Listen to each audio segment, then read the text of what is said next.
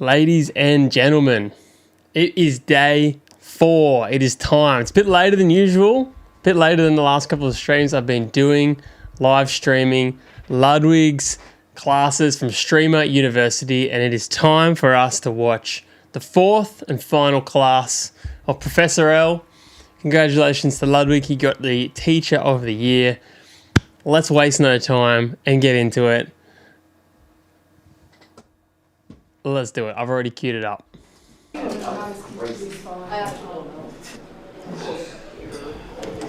Guys, if you haven't been here before in my streams, there's a couple of things that are worth having. First of all, a snack. It's a long class. Stick around. Get yourself some snacks. Get yourself a drink. Second of all, make sure you got a pen and paper. You got to take notes. We're all taking notes here. I've got my iPad. I've got a pen. It's what we're doing. It's what we're doing. We're learning here, okay? And come with a good attitude. Come with a good attitude. Jump in the chat. Jump in the comments if you're watching this after. Let me know what you liked about it. Let's get into it. this will be my last class as Streamer U. I'm glad you all came here today. Been real. Thank you all for being here. Claps for Lud. Claps for I have a Lud. question on the board. It's a bit of a joke question. I'm sure you've seen it pop up on Twitter time to time. Is streaming harder than a 9 to 5? We're not talking about this too seriously. It's more of a clickbait title for this class. Shout out YouTube. But what are your thoughts? Any thoughts on this? That's Does anyone us. have an opinion here? I would say that being a successful streamer and all the things that come with streaming, if you're actually doing it, is definitely harder because the percentage of people that can actually be a big streamer, you can hit live and that is just the easiest thing in the world to do, and that's way easier than a 9 to 5. But being a top streamer is definitely way harder because of how much more slim the percentage is. Mm-hmm. Yeah. I think that's fair. I think Pretty good answer. there's a lot more reward for the work you put in, right? You can work as hard as you want on a 9 to 5. You get whatever they told you you'd get at the start of the year. And so most people don't try to work as hard as they can, right? Because there's no incentive there. Streaming, if you do really well, you can make a crazy amount. With streaming though, however, there are some downsides. Hello everybody, I'm Professor L. Today we're going to be talking about what happens next. You guys have made it through Streamer U, and I have to say to you all, congratulations! We're doing this again. We're doing this again. Serious congratulations, guys. You have made it through. Here are some fun stats for you all to relish in. 40 million total hours watched. That is across all streamers. 57% of the students here have hit their peak CCV this week. Raise your hand if that was you. Raise your hand if you hit your peak CCV. Congratulations, guys. New stats. New stats. I thought this was the old slide. 8 million total followers were gained. Did you all gain followers? Oh, yeah. Y'all went up? It feels pretty good, doesn't it? Going live, knowing you'll have a higher average, a higher peak, more people tuned in. Okay. All right, guys, that's the good news. This was the fun part. Now get ready for the fall off. Let me break down this chart for you all because it might be a little bit confusing, but It's insane. this is last year's Streamer U. This base number was their peak CCV at Streamer U. Every following moment here is another month that passed, okay? So basically what this means is most streamers hit their peak CCV here. Okay, this is you. This is you right now. You just crushed it. And as you can see, most lines are below 0%, aka they never hit the peak that they hit at Streamer U again. There's some exceptions. You can see some crazy lines up here. Some people hit it again. Some people far surpass it again. More simply put, you guys need to prepare yourselves for the fall off. It is inevitable. It is not probable. It is inevitable. Do we all agree with this? Does this kind of make sense? Yes, we were at Streamer U. Kai Sinat went live. He ended. 500,000 people had to scatter somewhere. They went to the category. You were in the category. Okay? You were at the party. You were at the basketball game. Whatever it is. These are exactly how it's going to look. If you prepare yourself, it won't hurt as much. It won't feel as bad because you'll know what's coming. 40%. Okay. That is the median Streamer U student from 2025. How many viewers they lost? They lost 40% of their viewers the week after Streamer U. The week after. Okay? Not too bad, honestly. 87% of the people from last year never hit their peak CCV that they hit at Streamer U again. They never hit it again. That's 87%. Okay? And this is a stat that's probably the saddest to read out. 10% never went live again. Just straight up. And some of you in this room might not stream after this again. Crazy. You stream for the first time? Have you thought about this? I'm streaming every day the rest of the year. I like that. Okay. So, this is an inevitability. It is not a bad thing, however. We have some good news. We got some stuff that we can relish in. It's not all bad. Everyone falls off, okay? This is not a unique experience that we are going through because of Streamer U. Everybody experiences this. True. iShow Speed is going to fall off. No, he's not. Kai Cenat is going to fall off. In a grand sense, Father Time is undefeated if what you are chasing is viewership, success, subscribers. All of that eventually goes. You're not probably going to be doing it in 50 years. You know, this is a short-lived thing. Don't attach so much of your self-worth into these numbers that you don't have complete control over. All right, What's up, Jason, Matt? you said no. Welcome. All right, here's a little question for you then. Give me 3 actors from 100 years ago. Morgan Freeman. I said this yesterday. 100 years ago. I'll open up to the class. Who got me? Let's just go. We had the whole class. We got 30 plus people in this room. Harold Lloyd. Harold Lloyd. Okay, that's 1. That's a good poll. Who got me? Let's get 3. What's a Buster The Keaton? most famous people alive Where's he from from? 100 years ago. Your solo carrying. I'm looking it up. Charlie Chaplin, 2. One Ooh, more. I'm in the right world. Jackson Myers. Buster Keaton, 3. Bang. This is pretty hard to do. Let's go. You see what I'm saying? In 100 Let's go. years, there will be some people who maybe last in the times, whatever, iShow Speed, whoever, but everyone's eventually going to fall off. This is not a unique experience you guys are going through. But there are things we can do to prevent that. That's what my class has been about. It's been about setting up goals for yourself to hold yourself accountable, That type, setting yeah. up schedules, He's to been have more around. consistency. I have one more homework assignment. I want you guys to do this right now. It's going to be the most valuable thing that you can leave Streamer U with. That All is right, a guys. friend. Now you guys have already made a lot of friends. You already have a lot of contacts. You're probably already falling into some groups, familiar faces. Let's find some unfamiliar ones today. My homework assignment for you is to get contact information with somebody new you have not spoken to or not spoken to a lot. Good advice. Do that right now. Right now, it's 40 people. So go ahead.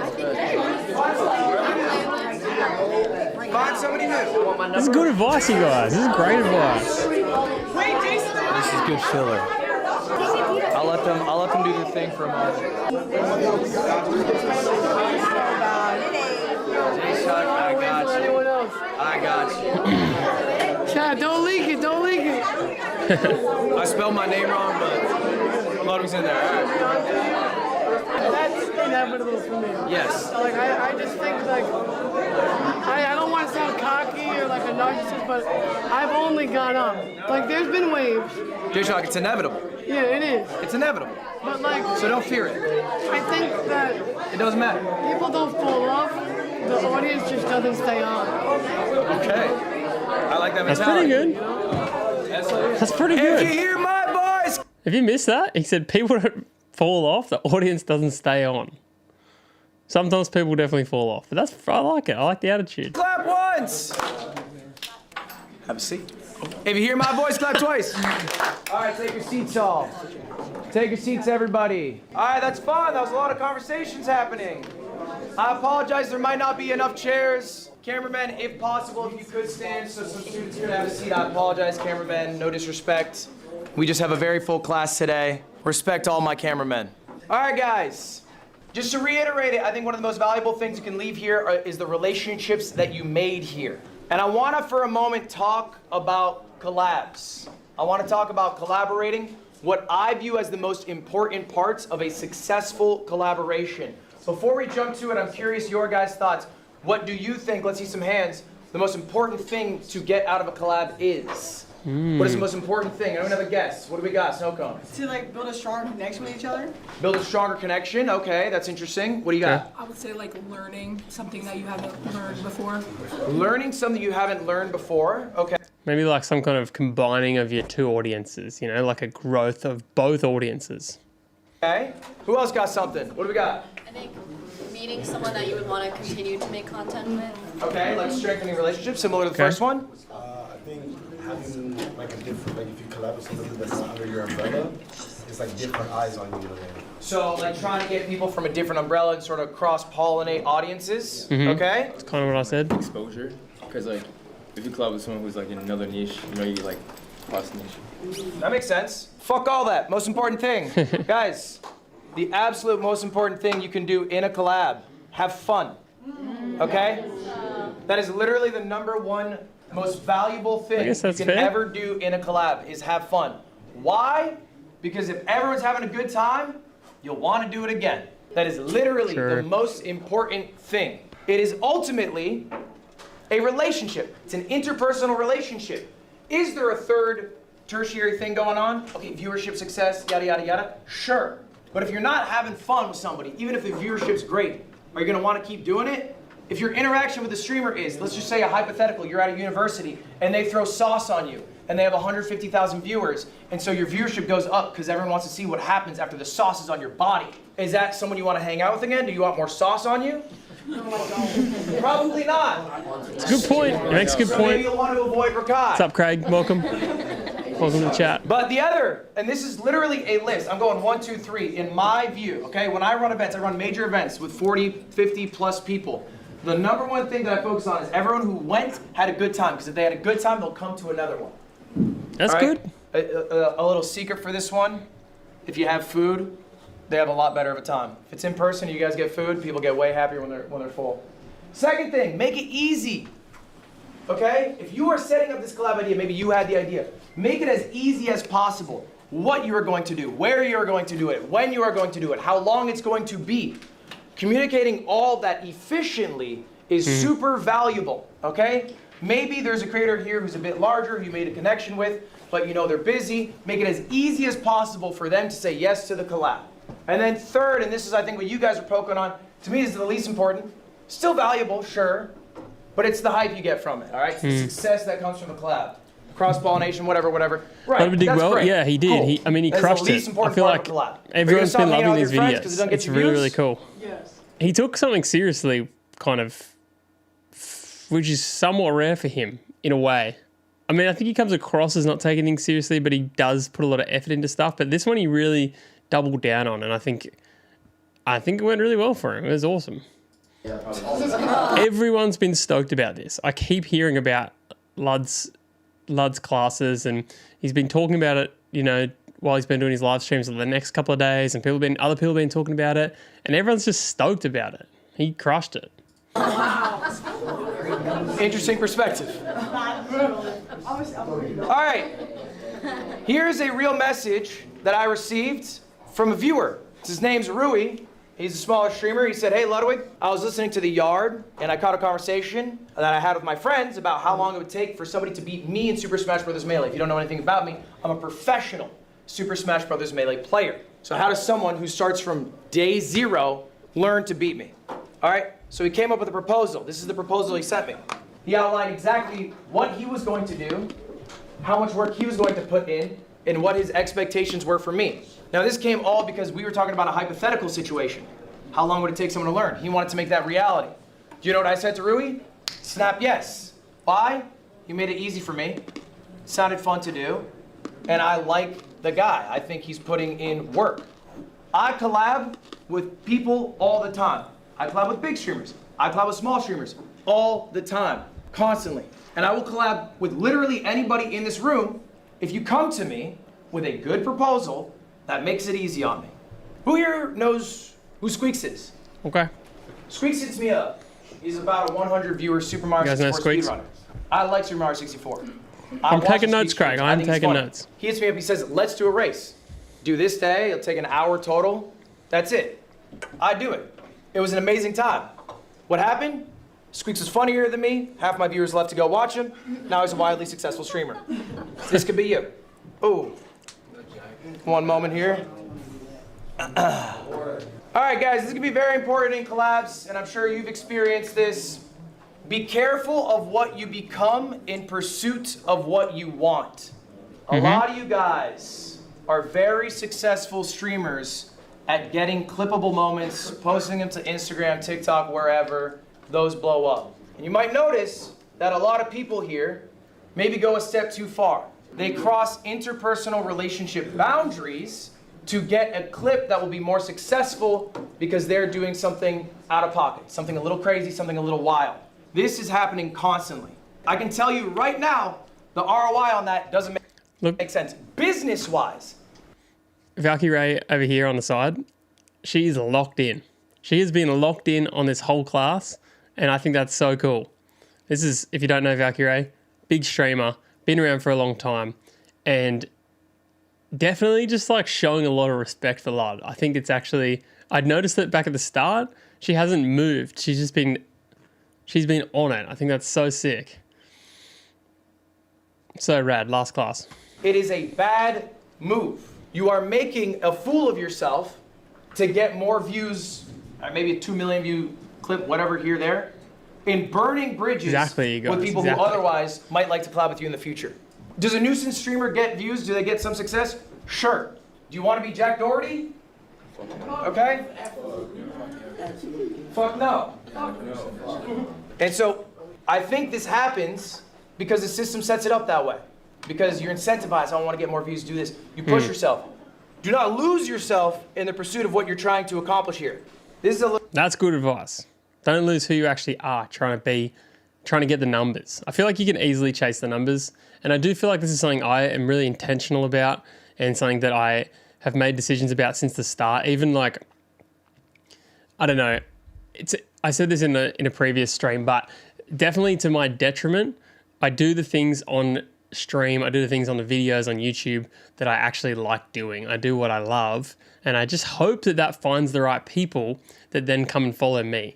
And maybe you don't like everything that I do, but maybe you like most of what I do, and that's kind of like a high quality viewer for me. So I definitely there's definitely a lot of things you can just lean into at the right time. I mean, this is kind of a good example where it's like, this is popular right now, people are watching this kind of content, but if you just don't be true to yourself, I feel like, what's your future? You know, like, how fun is it to rock up and do things like on the internet where you're just putting yourself out there and you don't even enjoy it. You just do it because it's what people want to watch. I feel like that's the opposite of what I'm interested in when it comes to this kind of thing. Do what you love. And thankfully, there's like millions and millions and millions of people out there. So there's going to be a certain percentage of them, even if it's 1%, there's probably 100,000 people that really like the things that you're into as well. I'm trying to chase those people down. I feel like that's a good strat. little fact that you guys are all going to have to deal with a lot earlier in your career. Thanks, Matt. And it's going to be a bit of an awakening. Right now, more people know you than like you. In life, for the most part, more... Efsler is Ludwig's group that he plays with, which is Fuslie, Squeaks, Ludwig, and Ray, Valky Ray, who's in the class right now. people like you than know you. You meet people... They play games your together. family, they like you. In school, you know, maybe they like you. Right now, an overwhelming amount of people know your faces and names, but don't like you because you've been on other people's streams or whatever. What's going to come from that is, and I'm sure some of you've experienced this, you might get hate farms. There might be clips in context, out of context, that blow up way larger than an audience you are familiar with. And if you guys know anything about the internet, they have zero grace for you.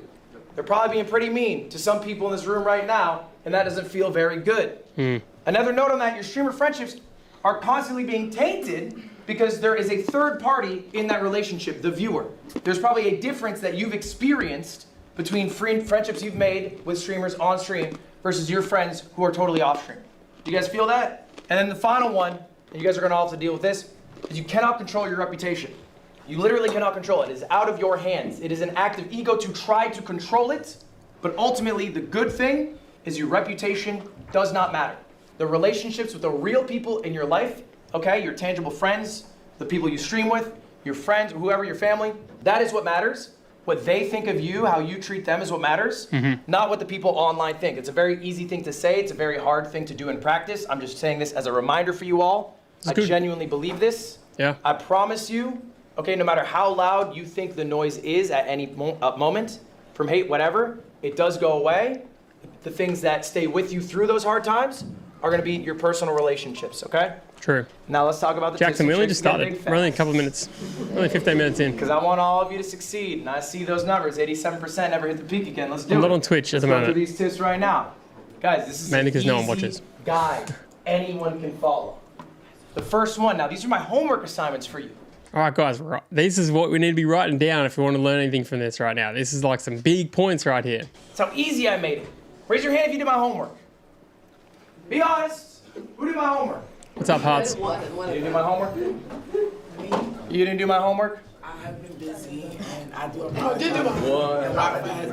Don't apologize to me. I don't mind. But you're missing the fast track to success if you don't do these tricks. Let's go through them. First one, writing down your goals. Writing down your goals for yourself for the rest of the year. What's the value of writing down a goal? One, when you write it down, you materialize it. You actualize it. You put out into the universe that you want to achieve this thing. Is it corny? Yes. Does it work scientifically? Is it backed up? Also yes. There are studies that show that writing down your goals helps you achieve them. One more note on goals. I said the next 6 months, but there's a little fact. People overestimate what they can do in 1 year, underestimate what they can do in 5 years. Make yourself a 5-year goal too. You'll be surprised how much you can accomplish in that time. Second trick, make it a schedule. Streaming has no schedule. Who's been streaming 24/7? Who's been streaming every single minute? That's probably exhausting. Y'all are tired. There's no reason you cannot stream another minute. And if you stream another minute, you'll make another $1. But when do you stop? Hold yourself accountable by making yourself a schedule. And in that schedule, leave some time for ideation on what you're gonna do on stream. You should be ideating, you should be thinking about this every single day. What you do on stream, where you're maybe gonna get some clips, what segment could be a YouTube video, what the viewers might enjoy, what you might enjoy. All that happens from the ideation process. Next up, content funnel. This goes in part with the ideation, but basically when you do a 4 to 6 hour stream, you can get a lot out of it. Multiple videos, multiple clips, long form VODs, whatever it is. Master YouTube by working on packaging. I had a whole class on this yesterday, but ultimately I've looked at all of your channels. You guys are mostly dog shit at YouTube, and it's because you haven't spent the effort to learn packaging. Packaging of a YouTube video is 60% of the success of your YouTube channel. Making an amazing video doesn't matter. If I uploaded the Odyssey before it ever came out on YouTube, and the thumbnail, and I keep ripping on him, is Jack Doherty, and the title is Hanging Out with My Buddies, it's not gonna do nearly as well as if it were titled The Odyssey with Matt Damon. You get what I'm saying here? Finally, scale your team. You are limited in what you can do as an individual. If you scale, you can accomplish more. All right? If you have an editor, that frees up the time you have spent editing. Now, obviously, you have to scale to your own means. We're going to talk about scaling in a moment, but scaling allows you to accomplish more. Guys, these are my tips and tricks, and you know what? You probably have some questions for me. Maybe some more. Should I multi-stream? What's the best camera? What games do I stream? How many videos should I post today? How much do I pay my editors? Do I run ads on stream? What's the best way to game the system? I know you guys have a lot of questions because you come to me after class about them. And as far as all those questions, my tips for it, it's all useless. I need you to ignore literally everything I'm saying today. I'm sitting here as a guy who succeeded. I have survivorship bias. I can tell you, do X, Y, Z, it'll work. Then I dust my hands off, I go home, I boot up stream, I make a few thousand. Who's to say I know what I'm talking about? I got lucky. Genuinely, every tip and trick is useless. Do you know what actually matters? Is creating something that people connect with. You can be dog shit at optimization, but if you create something that people connect with, people will watch it. If you do all the tips and tricks, does that guarantee you'll be successful? Absolutely the fuck not. And you guys know this to be true, okay? Good advice, You are what lad. matters. It's going out on a bang your today. personality, your authenticity, the things you are passionate about, and being able to express that to other people. Ron? Sorry to be late. Yes, get out of class, Ron. Please, God. This is just evil. This is just fucking evil. I really need you guys to take this lesson home. This is something I cannot teach you. No one here can teach you. We sit here at Streamer U saying we know the answers. If you listen, you will learn. That is not true. What is actually true is that you have something special inside of you, and you need to connect with people on a personal level, and that is the only way that you will get big. All right? That is really it. And I cannot give you that. Too late. Okay? Bonnie, I need you to get out. Do you guys agree with me on this point? Do you understand what I'm saying? I really here? appreciate that. I appreciate that he's been true to his word about if you come 5 minutes late, you're out. Good. I mean, Ludwig is spitting facts right here.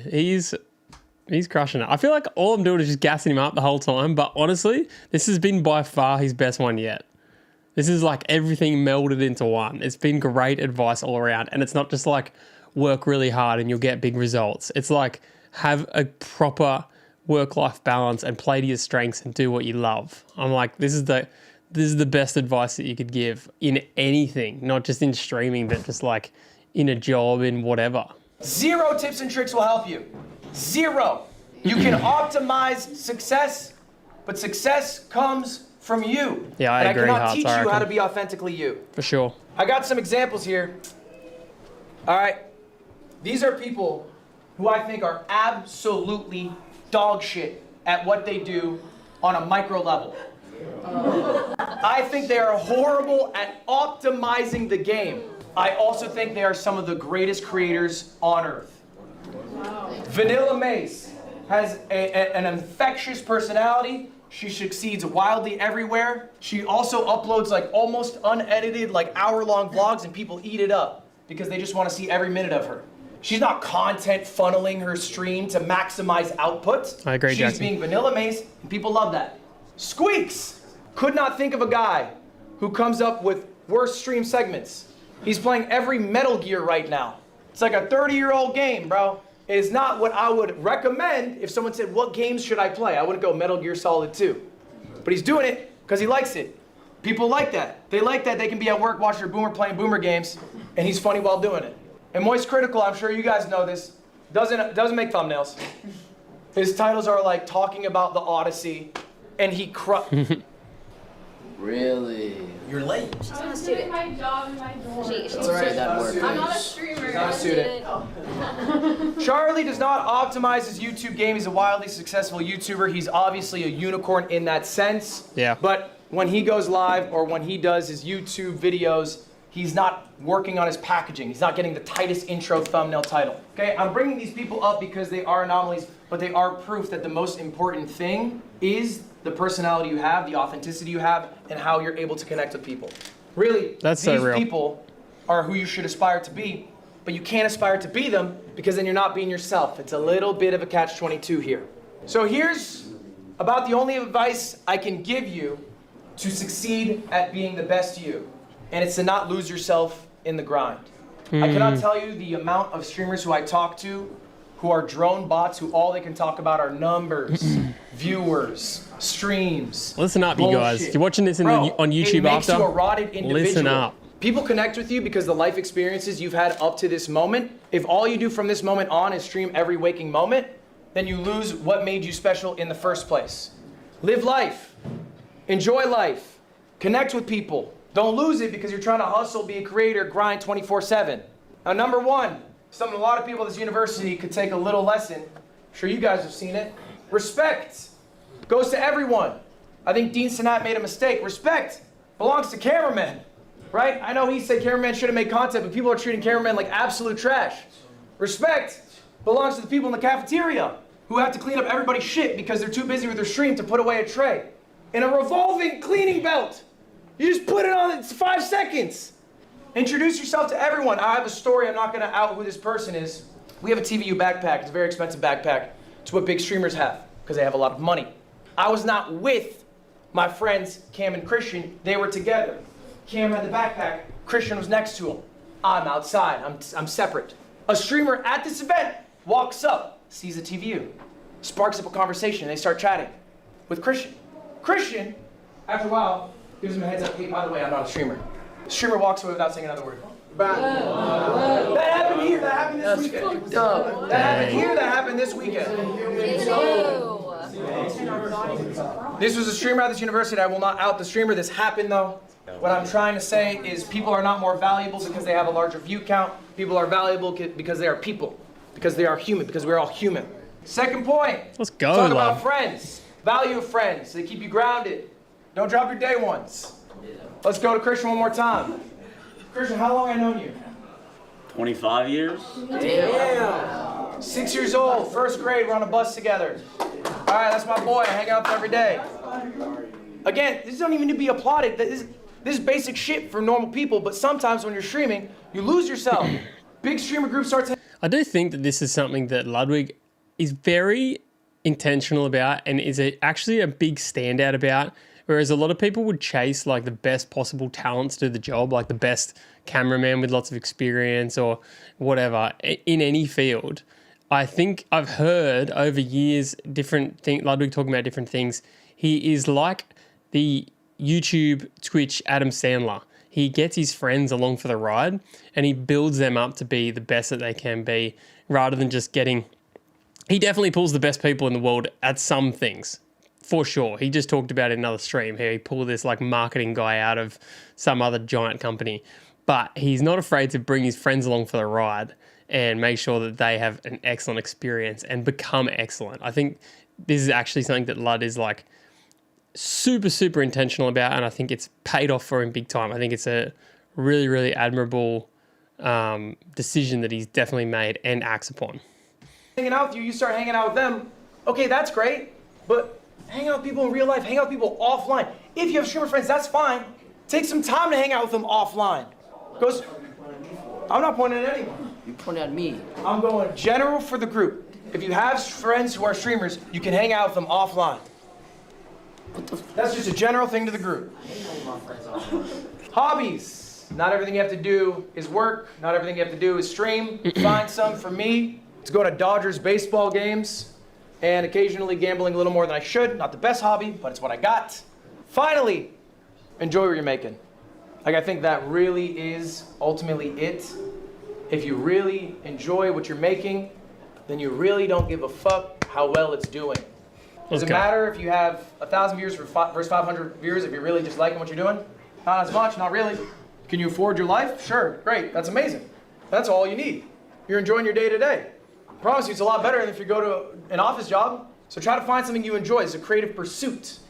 Find something you enjoy making, enjoy creating. Pop! Man, I've spent so many, like this is the 4th video reacting. This is his fourth lesson.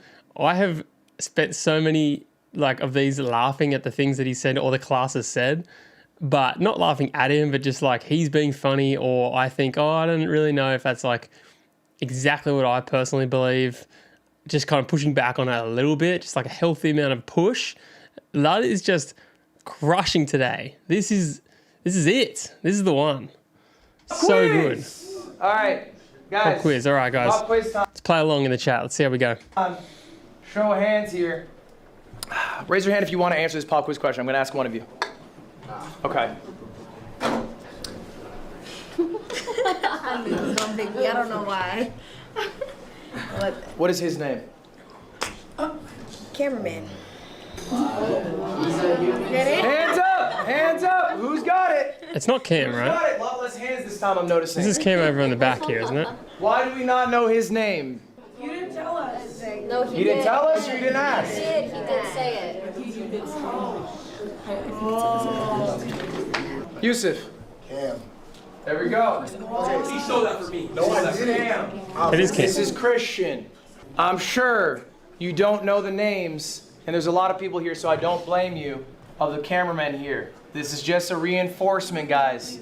Everyone deserves your respect. Everyone deserves your time. I know there was a little bit with Kai about how we treat the cameramen, but seriously, they are people. They're just doing a job. All right, give them your love, give them your respect, the same you would any other person. Okay, this is some shit that I think everyone could use here, no matter what size you are. If you are scaling up your team, if you have an editor, maybe you have a clipper, I have a team of 15, you are responsible for everyone you hire. You are the boss. This is a professional relationship, okay? For me, when I hire someone full-time, what does that mean? It means they have left their job, they're putting their chips on me, they're betting that I'm gonna take care of them. I'm responsible for them, okay? Why do I stream as much as I do? I like it, but it's because I have 15 people I am responsible for, and if I fuck off for a month, payroll might be a little rough that month, and that doesn't fly. You gotta treat your editors, clippers, cameramen, whoever, like employees. What do I mean by that? Meet with them weekly, set a schedule, communicate, give feedback. Don't just go to your editor, go edit this. Watch what you edited after, watch what they edited after, give them some feedback on it. It goes a long way, okay? Help them improve at their craft while you're improving at your craft. I've uploaded probably 2,000 YouTube videos. I watch every single one. I've watched every deadass. I've watched every single one my editors have posted. I meet with my editors every single week. When do we meet, Cam? Wednesday. Wednesday, 12:15. I meet with my entire team every single week. We talk about what's gonna happen that week, what I'm expecting to create, how I want their edits to go, which videos are going on which channel, all right? You are a boss, you have to be in charge of that stuff. Second point, if you eat, they eat. I don't expect you to be paying editors crazy amounts when you're a small creator. It's not feasible, okay? And new editors also don't expect to be making that much. My first editor, I paid $100 a video. My first editor, still my editor today, he makes well over 6 figures now. Okay? I'm crazy. eating, he's eating. It's how it goes. You can give a percentage, you can give a flat fee, whatever it is, a mixture of both. But if you are succeeding, they should also be succeeding. They're part of your success. Don't ignore them. You gotta be a leader in what you are hoping to accomplish, okay? These points are kind of mixed, both of them work. What I mean by that is, if you have a vision of what you want to execute it, you have to communicate it, okay? So if you want to do a 24-hour stream, that is your idea. What you want to do in that stream, you have to communicate to your cameraman, to your editors, your clippers during it, your editors after it, okay? Really own the entire process of what you are going to do. Don't just spark stream and expect some shit to happen. Own the vision, own the process. Final point. Beware of scaling up too fast. I made this mistake. I started a company called Off-Brand Productions. The idea was I would make events for other streamers. It was an ambitious project. I hired a team of 30 people.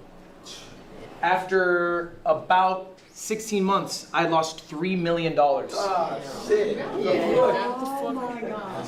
person who I had run the company did not do a great job letting me know how much money we were losing. My bank account had $1,200 in it. This is true. This is 2 years ago. I was at risk of defaulting on 2 companies. I had to sit in a room in front of a group about this big and let them know 2 weeks before Christmas we were going to let them go. It was not a great experience. That was because I scaled up too fast. I was too ambitious. That was a fault of mine. Beware of scaling up too fast. Doesn't mean you can't hire someone here and there or whatever, or make hires eventually.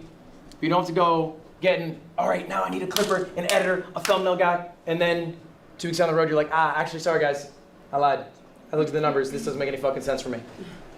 Yep. It's How tough. many of each role should you have? How many of each role should you have in terms of positions? How many editors? Scaling is a very personal thing. It comes down to what you're creating. You make mukbang content in short form. What is stopping you from scaling and making more mukbang videos? Maybe it is editors. I'm not sure. You tell me, J-Shock, what do you need? I have an editor for YouTube and clippers that have been holding it down all week. Shout out to them. But I just want to build a confined team that I trust. And I feel like this week I've done that.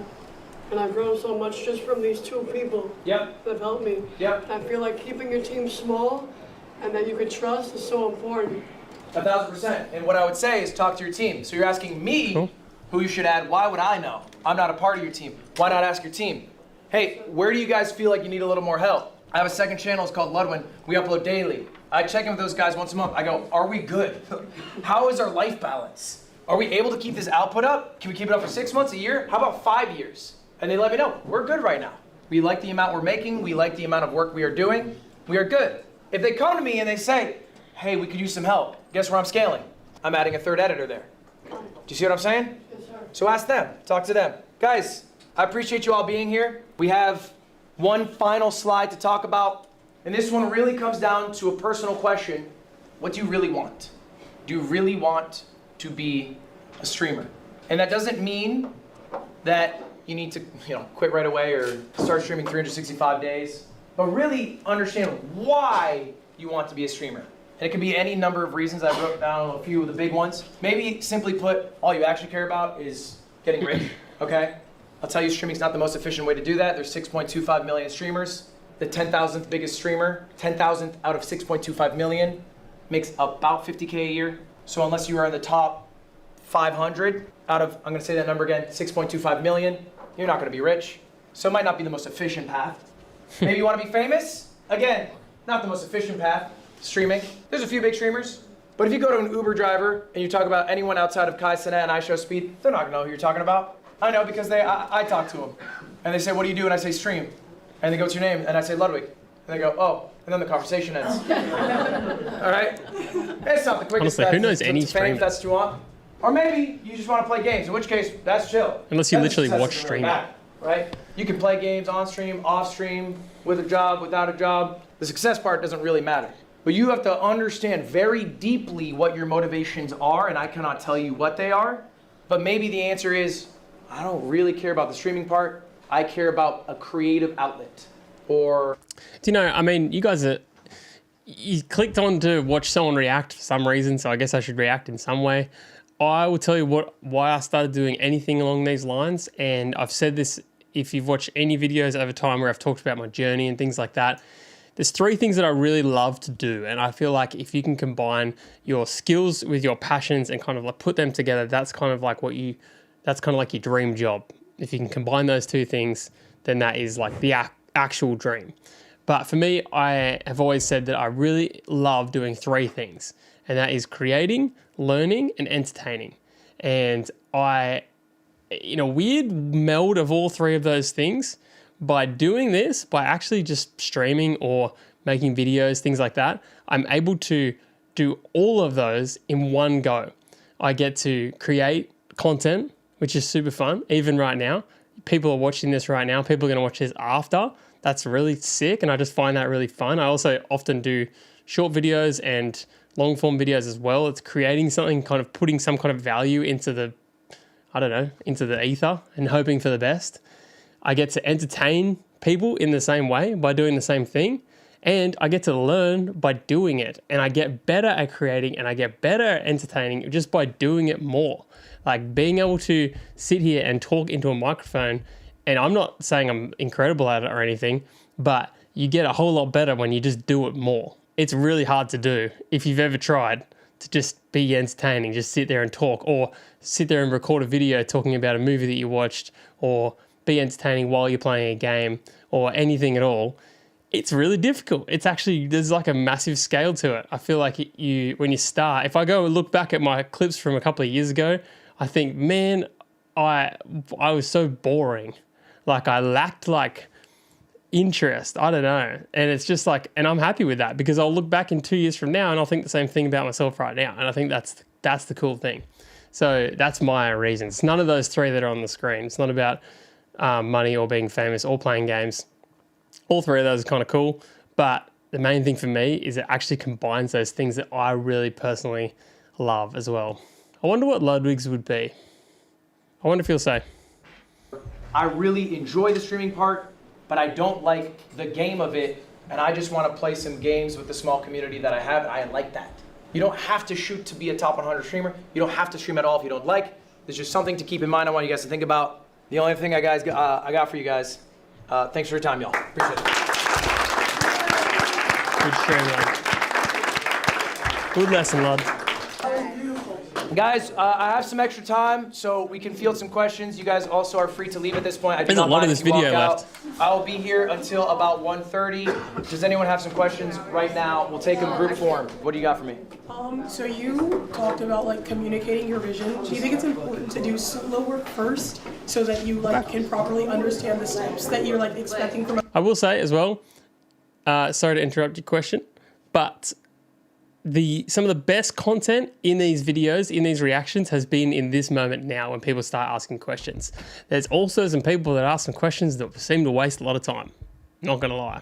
But there's also some really good gold in there. People ask really interesting questions, and this is where you kind of get the non-prepared version of Ludwig giving the answers. I think it's really cool. Other people, or do you think it's more so trial and error and then circling back on things that you want to improve in the future? Wait, say that one more time for me. You want to communicate your vision. I don't understand that. So, like, if I'm bringing editors on, right? Yes. Do you think it's important that I first sit down and like edit myself for a while to understand like my vision, my pacing, my story, my angle, and then I pass that information on to someone else? If you do the craft of editing, if you do the craft of thumbnail making, you understand so much more what you're looking out of those crafts. I started as an editor.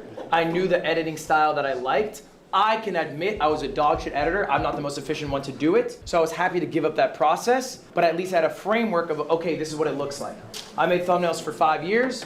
I had an idea, I got better at it, of what I wanted my thumbnails to look like. I can fully admit I'm not the best at manipulating photos, so I had someone who could do it much better to try to match my style. You'll develop a style if you do this, which is a great thing, because if you don't develop a style, then you can't really give direction. Okay. Yeah. Thank you for bringing up my one bugbear at Stream University, which is the dining hall trays. Oh my gosh. Guys, everybody, it's so easy. You pick your tray up, you walk to the far left-hand corner when you're facing the cafeteria, you put it on the machine. It takes it away. That's it. It is a magical machine. It's a true point. Thank you for that point.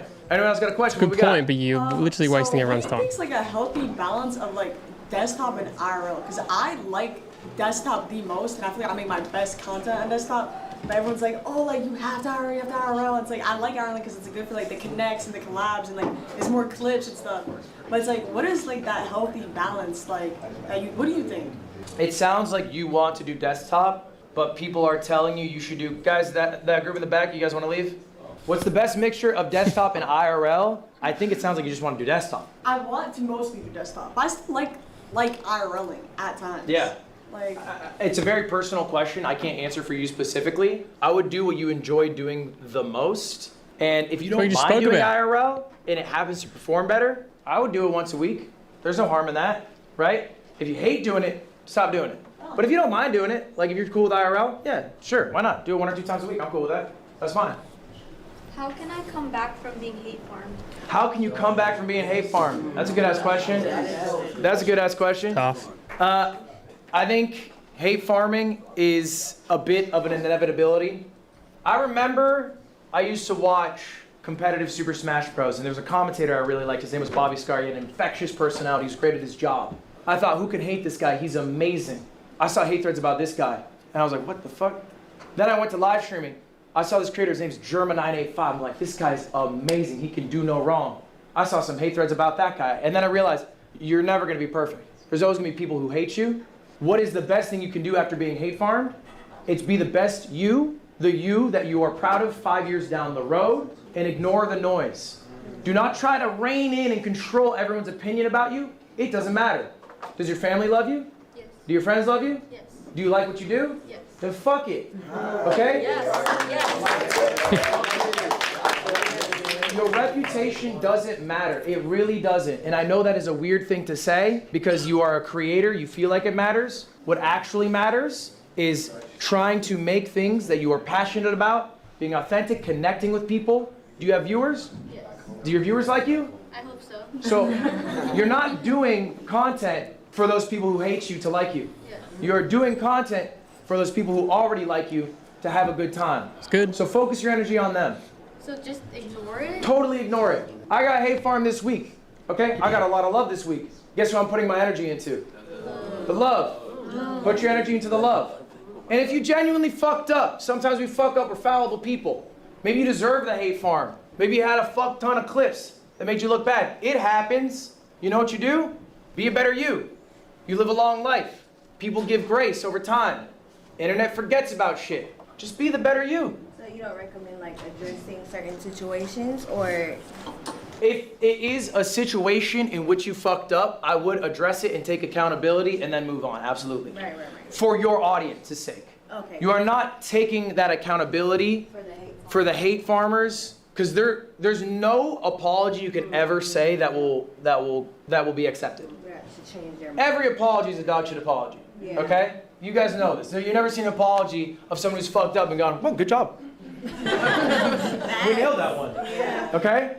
So ultimately what matters is you regaining trust of someone who liked you, whose trust you broke. Do you know, I saw a good apology this week. I watched these guys called Big Time. They do like modifying car content. If you don't know Big Time, you can look them up. They did a sponsor. They haven't done anything wrong personally. I guess that's probably the big difference. They seem to be legends. But they took a sponsor on a video that turns out that sponsor, that company, had like some sketchy stuff going on. Some government related stuff. They had a lot of money, and I guess the guys, the big time guys, just saw the money and were like, yeah, let's take the sponsor. Didn't kind of do their research. Anyway, the next video, they started the video and literally just said, hey, we messed up. Sorry that we did it. This is what we did. And we deleted it from the video and we didn't make any money off it. And then they just carried on. And I was like, that's a good apology. That's one of the best apologies ever. They took full accountability for it. They removed it from the internet and they paid the price. Literally paid the price. Okay, and that is your community. Maybe that's your friends, maybe it's whoever it is. That's what matters. Yeah. So that's who you're directing your message towards. Okay. You're not directing it towards responding to points of haters. Right. That doesn't matter. They do not matter. Yeah. But it does matter to be accountable for your actions. I appreciate that question. It's a good question. What's your take on cancel culture and your peers being canceled? What is your take on cancel culture and your peers being canceled? It's a good question. It's a very nuanced question. I think, one, cancel culture doesn't exist in the traditional sense. As long as someone's willing to continue to make content, they're not truly canceled, right? Jack Doherty's still out there making shit, and I think a lot of people would wish he wasn't, but like, he just does it regardless. No, I've got friends that got and that's fully his right. canceled for sure. Unless a platform deplatforms you, I think that's maybe like where a true cancellation comes in. As far as your peers, I think that is your responsibility to prioritize interpersonal relationships. And if you've done a good job doing that, then that shouldn't matter. Does that make sense? But ultimately, I do view friendships that I have with creators, okay, differently than friendships I have with people in the real world. Because there is this third-party thing. You know what I think about a lot? I have a fuck ton of viewers. People like collabing with me. If I wake up tomorrow with 100 viewers, are they going to want to collab with me as much? Probably not. Just realistically, that is part of the game. So how legitimate is that friendship? Is it based off of who they view me as a person? Or is it based off of the success that I can bring? Sure. It's a mixture. And that, for me, is something I'm not willing to stomach. So I do not view them in the same sense that I view friends who love me regardless of my success, my wealth, my status, whatever. But ultimately, this sounds like an issue of interpersonal relationships, and you have to deal with those mostly offline. Any other questions? Want to do a Maybach Monday? Make it easy for me. I will. I'll drive to you. Okay. When? The weekend that we get back. The weekend. So this coming weekend? Friday. And you'll come to me? I'll come to you. What time? Probably like around 3 p.m. Yeah, I can do that. You just need to happen. So make it happen. Make it happen. Any other questions? I don't know if you guys know who Jason the Ween is, but he's a big streamer, that guy. He's a funny dude. But I don't know. It was a funny interaction. He's just a funny guy. Cameraman or clippers when you first get started? You're gonna be paying for someone who's worth of their job. Just full stop. Like, you're not gonna get I Show Speed's cameraman because you don't got budget like that. So you're gonna have the funds to pay to someone who wants to get into it. What I did early on, the first person I ever hired was my roommate. He came into my room in his underwear. He had a PowerPoint presentation. It said why you should hire me, okay? It went over all the shit I wasn't doing, AKA I wasn't paying my taxes at the time. I'd recommend paying your taxes. It's a different class. He said, I can do X, Y, Z for you. Will you hire me? I said, sure. Okay, and at the start, I'm not paying this guy probably what he deserves. I'm paying him what I can pay him. And I'm working with him because he's my friend. I would work with friends, or I would work with someone who's new, who wants to get into the industry, who you can pay as much as you can. The only thing is, and you should communicate this, if shit gets good for us, it gets good for us. You know what I'm saying? So maybe start with a percentage of revenue from, maybe it's the stream, maybe it's the videos, maybe it's sponsors, whatever it is. Like some percentage cut. So now he has a guarantee, or she has a guaranteed scalable way to increase that salary outside of, you know, hey, I'm gonna offer you $50 a stream, which that's maybe a little less appealing. Hey, man. All right, y'all, class dismissed. Guys, I have office hours if anyone wants to stay. I don't know what the rest of this video is. There's like an hour left in this video. What is up? We have a joint question. He has his own, but more we have questions. A joint. This is exactly the same, but just closer up questions. Okay. All right, let's listen. I mean, if they're good, they're good. We just want YouTube advice. Okay. Group channel. Is this not the guy from yesterday? This is the same guy from yesterday that said he had the group channel, paid the guy $1,000 for video, but wants him to edit a 48 50 hours worth of footage or something. I showed you he's part of it as well. So this is code, right? Yes. All right, let's look it up. So what is the YouTube advice? This is a successful channel, I think. You think so? It's wildly successful, right? But like, hold up, let's look up Yusuf for a moment. Oh, no. Why are you saying, oh, no, because This the is channel... not a successful channel. Yes. So you are a part of this channel. Yeah. And I would say, and if I look at your channel, is it going to be much better? I have two channels. I have my main channel and then my live channel where I put my like VODs. Is it doing better or worse than code? Code is doing way better. So you guys have made something that is better than the sum of its parts. All right? And that's like what Sidemen have done. That's what like Beta Squad have done. Like their videos are doing better than if individually they were to post. Yeah. Do you know what you guys need to do? What? Post more. Yeah. Like on our personal channels or something? No, on this channel. more consistently, more often. On the group. Yeah. Okay. I mean, at this point, like collab channels are able to post weekly. You guys should be trying to post weekly. Yeah. And I think you guys will, like, you need to all be bought in. Is everyone in the group bought in on this? What do you mean, like putting in money? No. Are they bought effort, in like with effort and energy? I'm gonna be real. It's Cut not them. always. Cut them. Okay? Your group is a privilege to be in. If someone is not putting the energy into the group that the group deserves, then they do not deserve to be in the group. Do not be scared because of the interpersonal relationship you have to cut a worker who is not doing their fair share. Okay? Do you want to do a group project every single week? Try to get an A with a student who doesn't do shit? No, you go to teacher and say this student fucking sucks. If you do it every fucking week, maybe you do it one time with them, maybe 4 times, eventually they have to go. Alright? And before they go, you have to communicate with the group. Guys, this is my expectation. Everyone has to put in this amount of energy. If you're not down, that's okay. That's tough, man. That's tough. It's like everyone does contribute, but everyone plays to their strengths. Not everyone knows YouTube. You know what I mean? There is no reason everyone cannot learn. Alright? That skill is not a rare talent that you were born with. They just didn't put in the fucking time. They're lazy. Alright? No excuse. Another bottleneck of our group is just the editor as well. Yeah, I think as far as the editor problem goes, I think that editor, I don't know if you can try to hit him up. Get him back. Get them back. I think it's worth... If you guys missed that, this is the guy. I put a YouTube short up last night or like 10 hours ago, if you look at my YouTube channel, of this dude, and Ludwig absolutely roasted him for not paying his editor enough money and expecting him to do so much work. It was excellent. It was a great clip. Sacrificing percent maybe of your videos, even if it's like 10% plus a flat fee. It doesn't have to be a crazy price, 5% plus a flat fee. Of the channel revenue. Oh, in general. Just the channel revenue. Monthly, like when the wire. I do usually percent revenue of the 30 days, but if they're editing every video, I would just do the channel at large. Okay. If they're doing every video, I would do the channel large. But if you have multiple editors, what I do is the video they edited over 30 days. Something like, okay, Ludwig, I watched your Make a Chameleon video, the first one that had 3 million views. Like, since you recorded that video, like how long did that take for you to record it? 2 hours. And then condensed that to 25 minutes. How long did it take for your editor to do the final draft? Why do you ask? Just like turnaround time. I just want to know like your expectations for turnaround time. Oh, I have my editors do 1 video a week right now. Okay, so you give them a week since the recording. Yes, but you have to understand, that's desktop 1 camera angle. That one did have multiple POVs. Yeah. Okay, so that was a little more. That's what I'm asking. But ultimately, like, it depends on the size of your project. Okay? I think do you guys edit? I know how to edit. Okay. So you know how much you have to kill yourself to get one of those videos out. Yes, all right. Okay?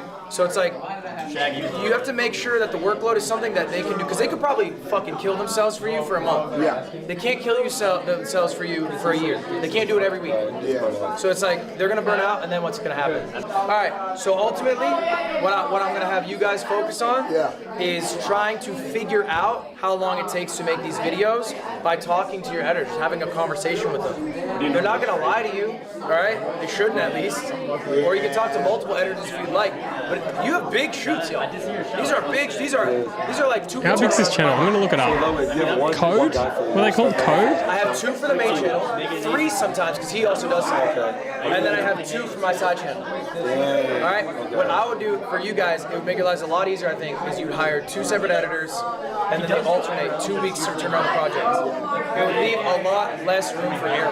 But do you think with something like that, keeping the style the same between 2 editors, they can do that? Yes. Yeah. It might take some time. They might fuck it up at first, but they'll learn.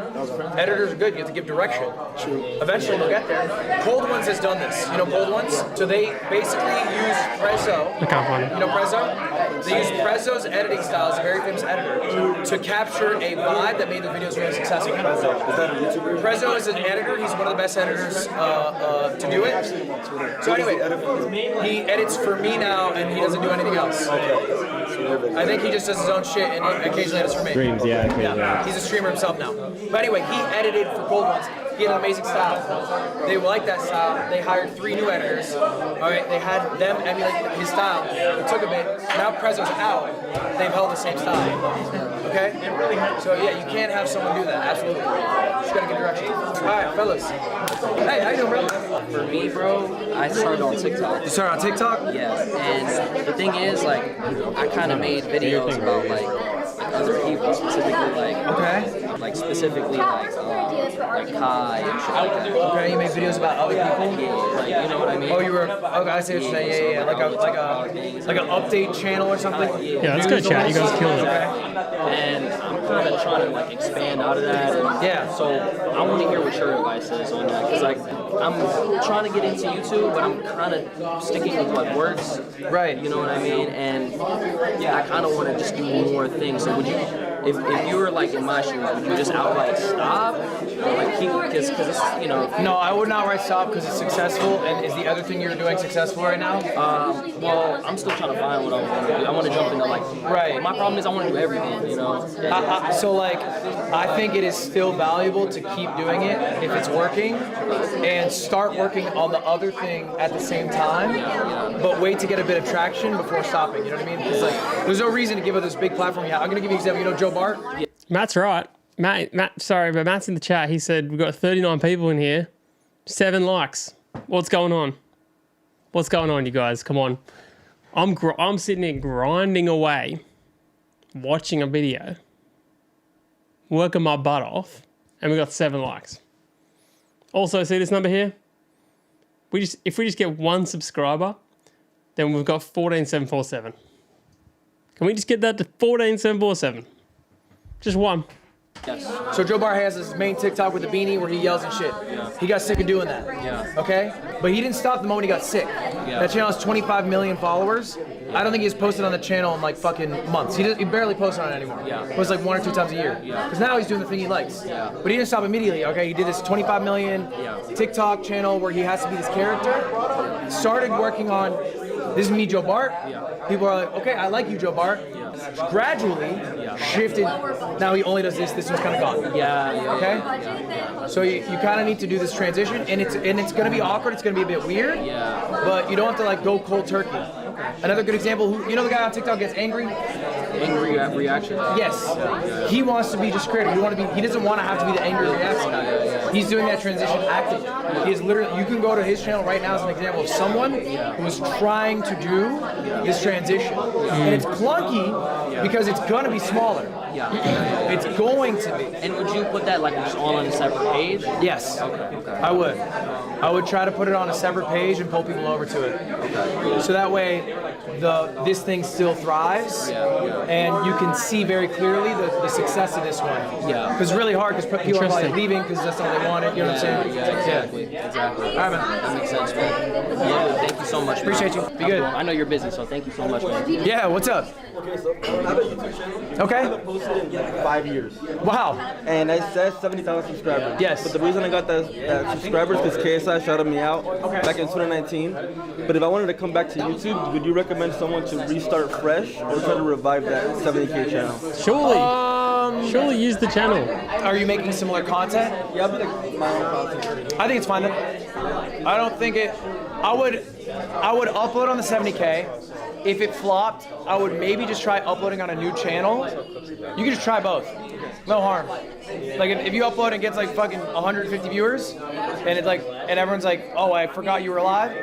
Maybe upload on a brand new one. Maybe it'll do better. You know what I'm saying? That's fine. You can try both. All right. Appreciate it. Was it too loud? My bad. That was good. It was just one after another, but I figured we'll get it eventually. Yeah. Have a sit. Join Professor L. Hello. Oh, wait, this is like a podcast or something. Okay. My question is, I have a couple questions, 2 questions. Okay. All right, 2 questions. Okay, so I am a desktop streamer. Okay. And so coming here was a bit overwhelming because I've never I never IRL before this, and there's obviously clip farming is a thing here. She's a desktop streamer if you didn't catch that. And I just thoughts recently, I've been reflecting a lot with my chat, but do you think, one, is it necessary to be successful? Is clip farming necessary, you think, to be successful at Streamer University specifically, and if not? Give me 1 moment. Is it necessary to clip farm? Absolutely not. Yes, I think not everyone has to be a clip farm streamer, but do you think here specifically it is necessary to be successful here? And if not, how would you approach this if you were? Because you also don't. I'm assuming you don't. Not assuming. I know you don't. You're not a clip farm streamer. How would you approach it if you don't think it's necessary to be successful here specifically? I think to be successful here, you have to be something. You have to offer something different. So what am I offering? Because I have been successful here, and it's because I'm a foil to what the expectations people have of Streamer U is. So I think people come to Streamer U, or they see it online, and they're like, that's just a bunch of annoying streamers who are all clip farming. And some people fuck with that, and that's great, and some people think it's annoying, but then they see what I'm doing, and they're like, oh my god, he's pretending he's an actual professor and trying hard, which is very different. Yeah. And there's Agent does this, but a lot of people don't do it maybe as seriously or try as hard in that aspect. I stayed up till dead ass 2 a.m. every day here just doing slides with my boys, and that's a very different thing, and so I think that's what worked for me. I don't think you need to ever. I think if you ever try to do something that feels unnatural for you, you're going to be worse at it than the people feels natural for. Yeah. I don't think Rakai's really questioning whether he's going to throw sauce on somebody for throwing water on him or whatever. Yeah. He's just doing it. Yeah. So it's I think if you are forcing yourself to do that, it kind of comes across that way, A, and then B, you're oh fuck, and then it's it's not you. Yeah. Just be you. That's chill. Yeah. And I think here specifically, it is harder for a desktop streamer to succeed. I think if I were if you're asking if I was a small streamer doing this. Yeah, and I like I like IRL. I think I like the more I'm more of a banter person. I think that's why I like. Even when I'm desktop, I'm actually really extroverted by the year. I'm not. If there's a lot of extroverted people in a room, I'm not going to. I don't want to be. Feel that. Don't need to be. I feel that 100%. Yes. So it's I like banter and stuff like that, but I think it's hard to banter when the expectation is clip farming level. I think if I were a small streamer here, what I would have done is I would have set up a 1v1 gaming desktop setup somewhere public, and I would have said I'm the best gamer in the world. Anyone can 1v1 me, and then I would have tried to pick some big IRL streamers as they walk by, and then they would have had some fun content for their stream, and I would have tried to beat their ass, and I would have put some gift. I would have done something like that. I think, and that would have been a way to use desktop in a way that's accessible to collaborate with IRL people. Yeah. But it'd be something to that effect. And then my second question is, how do you? I also networking here is. Obviously networking is very very important. Yes. But do you think that everyone being live affects connection? I feel like I've met with a lot of other small it's the weirdest thing ever. Our chat's moving as my chat's frozen right now, but how do you think that affects the ability to actually get a deeper connection with people? Yes. If a lot of people are clip farming. 1,000%. Yeah. I think your connection with someone's always going to be shallower if it's a connection that happens on the stream versus off the stream. And how would you navigate? I think it would be, for me, probably trying to make a connection with someone who is appreciative of that and is trying to chill off stream, or somebody who I just had a good time on stream with, and then chat with them again off stream, if that makes sense. Okay. Yeah. It'd be something like that. Okay, cool. And then I didn't know you were accepting collabs. So is there a contact I could reach out to if I wanted to email you? Yes, I got you. Okay. Thank you so much. And then can you bring in the next student? Yes. All right, I appreciate you even doing this. Yeah, of course. And your class is so good. I'm going to watch all your other lectures because I heard that you're doing something different every day. Yes, so every day. I'm excited. Thank you. Thank you. Hello. Hello, Arky. Hey. Welcome. I just had some questions.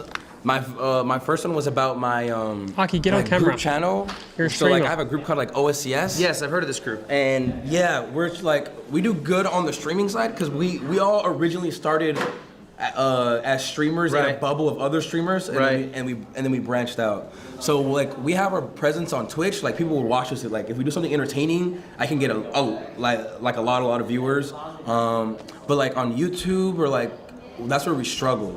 That's probably one of our weakest platforms. Yeah, well, it's all of your weakest platforms. Yeah, it is. And there's no one in the group who can really lead. No one in the group's big enough to show face. Like Code has Ash Out with like 5 million total subscribers across all his channels, and he like leads their channel. Right. And he can like, and then he understands because he's been doing it for like 6 years already. Yes. And on our channel, I'm the biggest, but it's a live channel with like 80K like subscribers. So I was just like wondering your insight on like how like I should move forward. But we're also very lazy. Like our channel, like we rarely upload. Like I think it's like once a month now. Like we were supposed to do every week, but it's like once a month, maybe twice a month. So it's just I was wondering your insight about like how we should go. And you could be like literally completely honest, like. Yeah, I will be.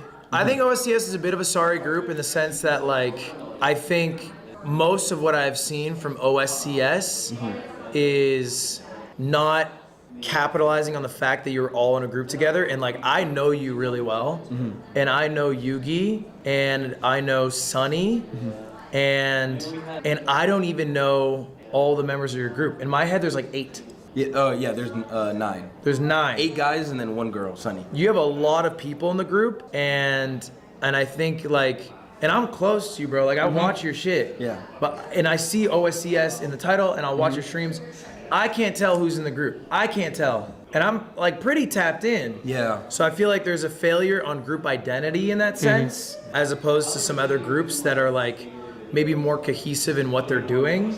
Like, you know, even ignoring YouTube for a moment, like I think like Core does some pretty landmark live stream events where, you know, everyone's playing a part in like, I guess maybe that's more like Facebook, like 4th of July last year, or like, you know, things to that effect. I would say, and this is a question you have to answer, do you feel like of the 9 people, everyone is equally bought into this group and it's succeeding? Like bought in, like everyone like contributes like the same amount to the group. Energy, are they putting their energy in equally? No. It's like probably the energy is probably distributed like it's like 4 members, but like with a lot of the weight going on 3, maybe 2. Does that feel good? Some like I think recently I've been like getting like drained. I was like, yeah, like, I don't know if I could do this all the time. Like trying to like set it up, everything, and like help people. But there's other people who do like a lot too.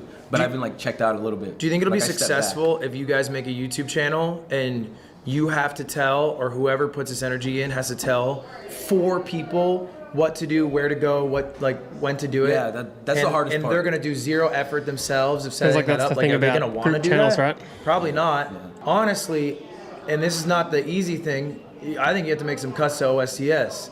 I think we need OSCS, or not make cuts, but like set clear expectations of like, hey guys, we gotta be posting videos weekly, or we have to be doing like weekly or bi-weekly stream events, and like we have 9 fucking members. Okay, if you have 9 members, that means you could be in charge of 1 video every 2 months, and that's it.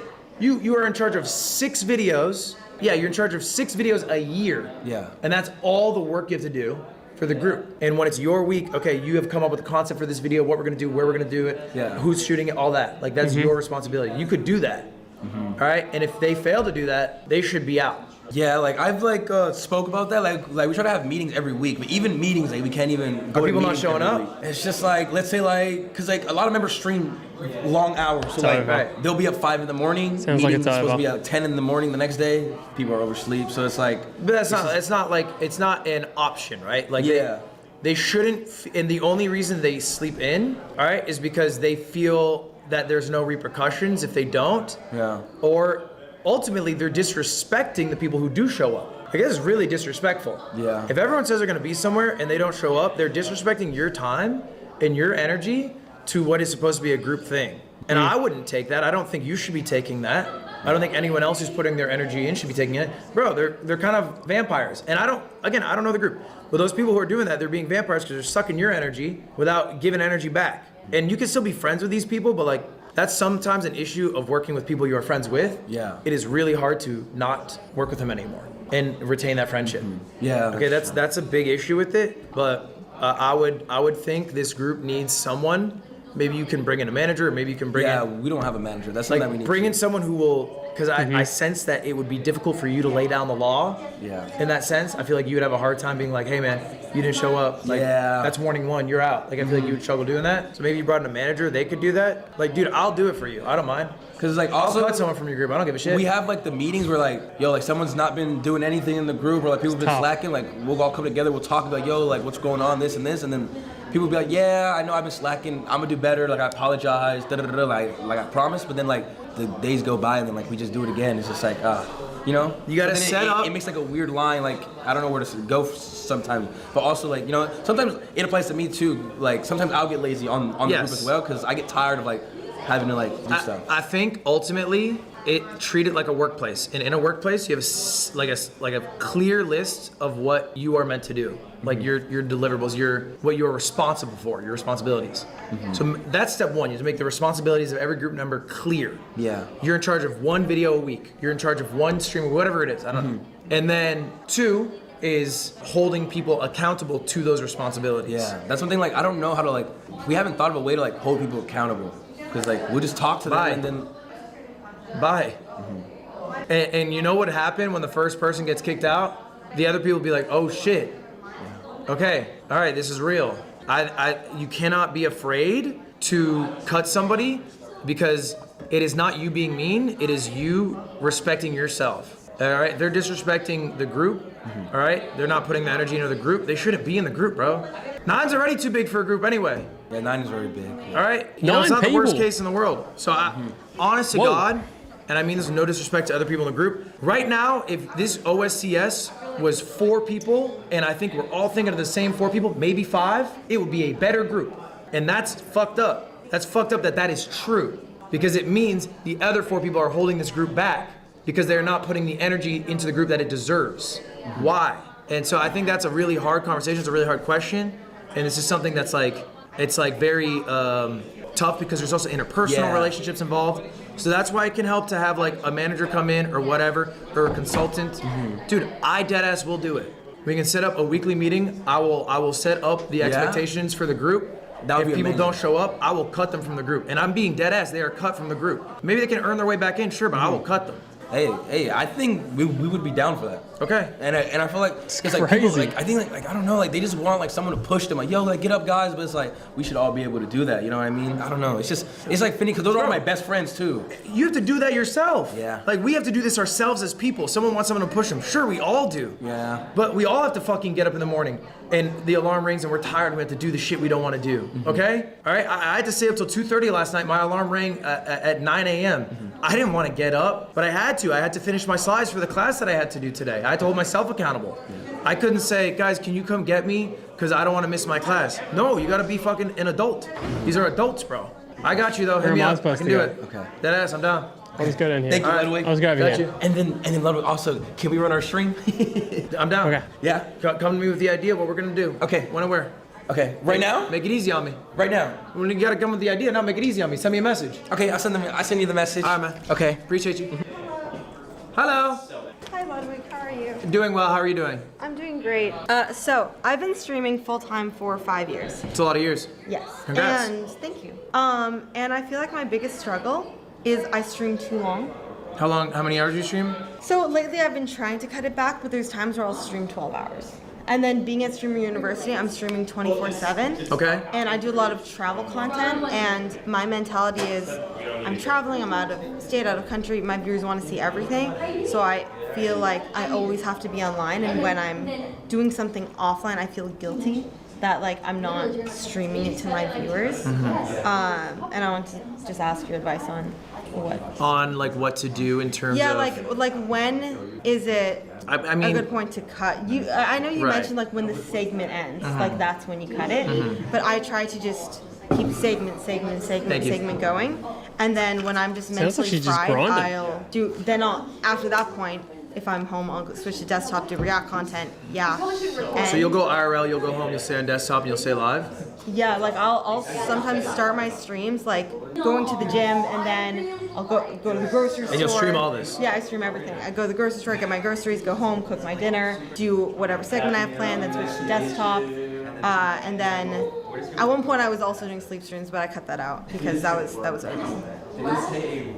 Yeah, I think growing you up, need to honestly. set healthy boundaries based off of what you are doing for yourself for long term. Because I mean, yeah, you can stream every moment. Yeah. Yeah, why not stream me waking up? Why not stream me going to the grocery store? Why not stream me getting coffee, going to the gym, coming back to do desktop, going out to eat, hanging out with my friend, going to bed, waking up again? Like, yeah, you can stream every second. You'll make more money doing it, and there will be some people watching it.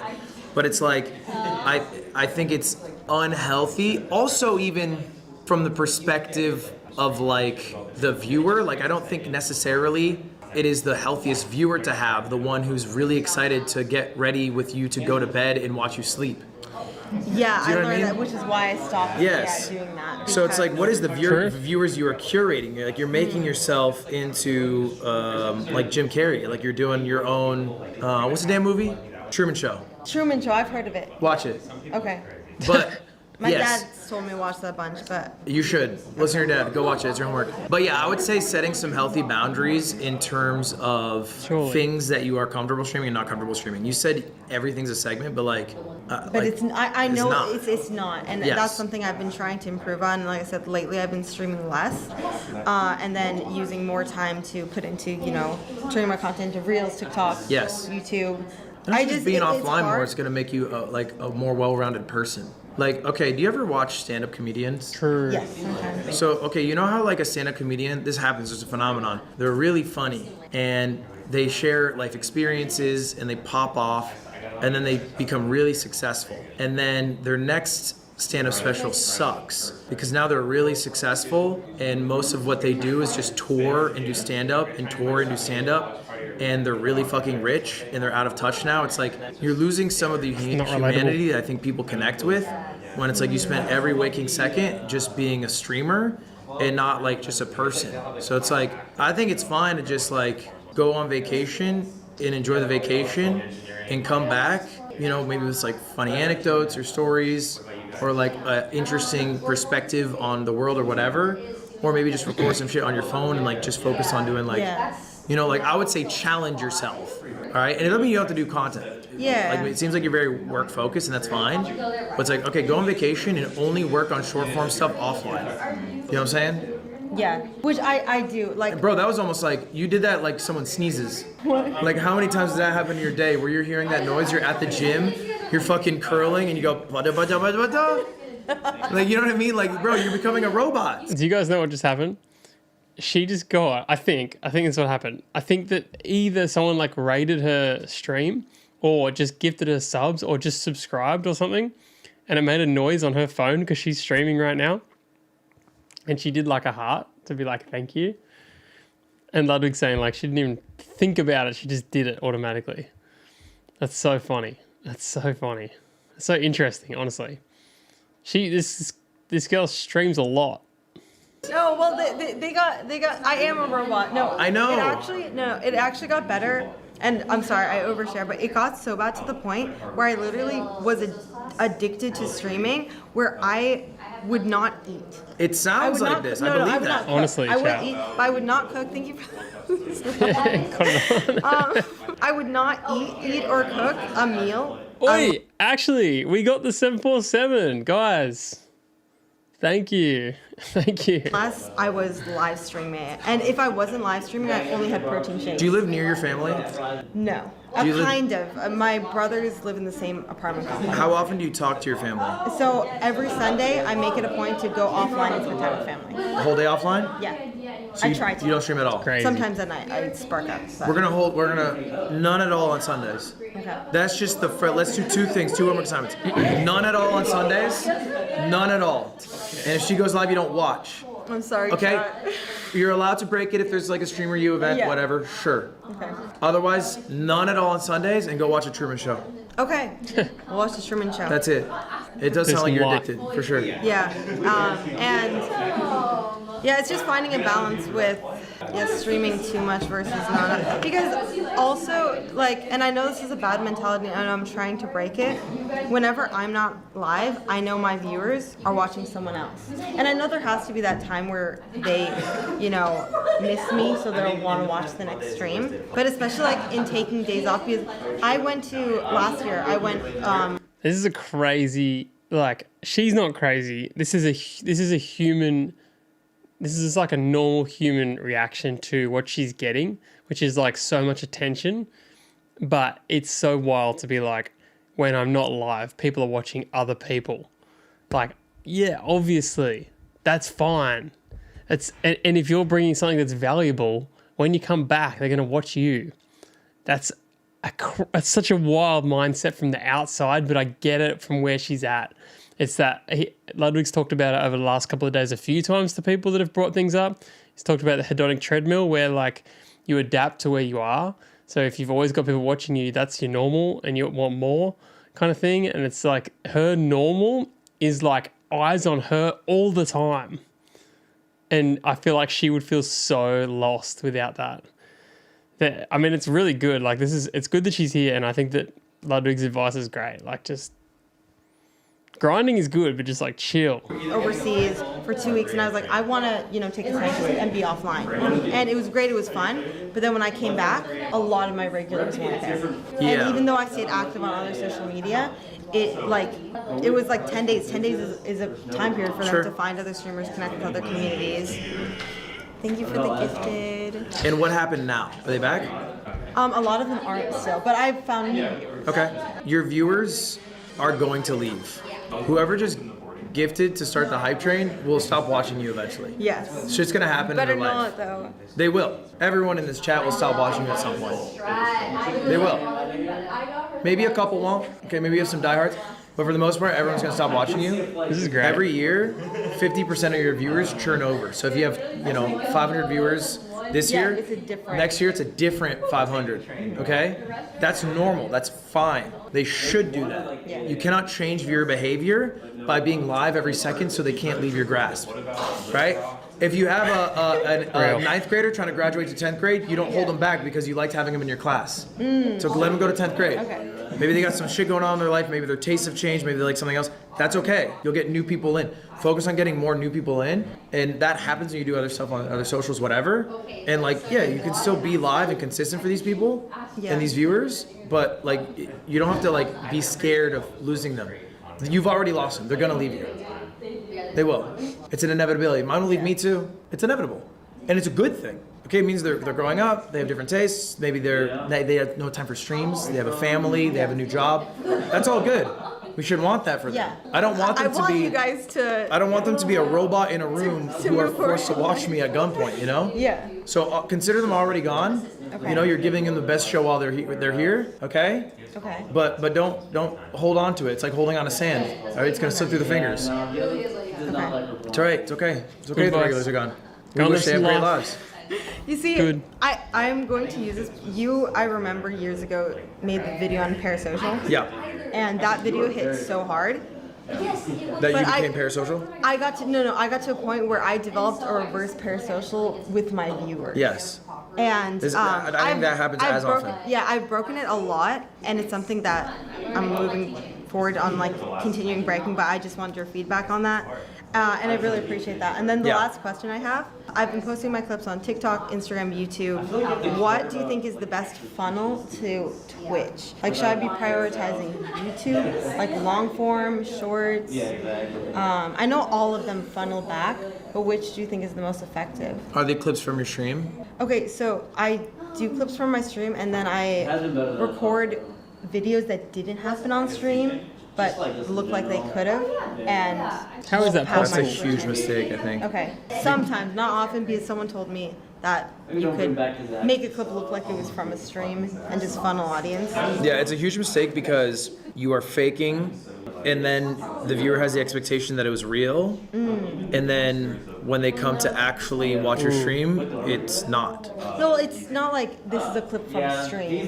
It's just a clip that happened and then my Twitch handle. Right, but it's a clip that didn't happen on stream.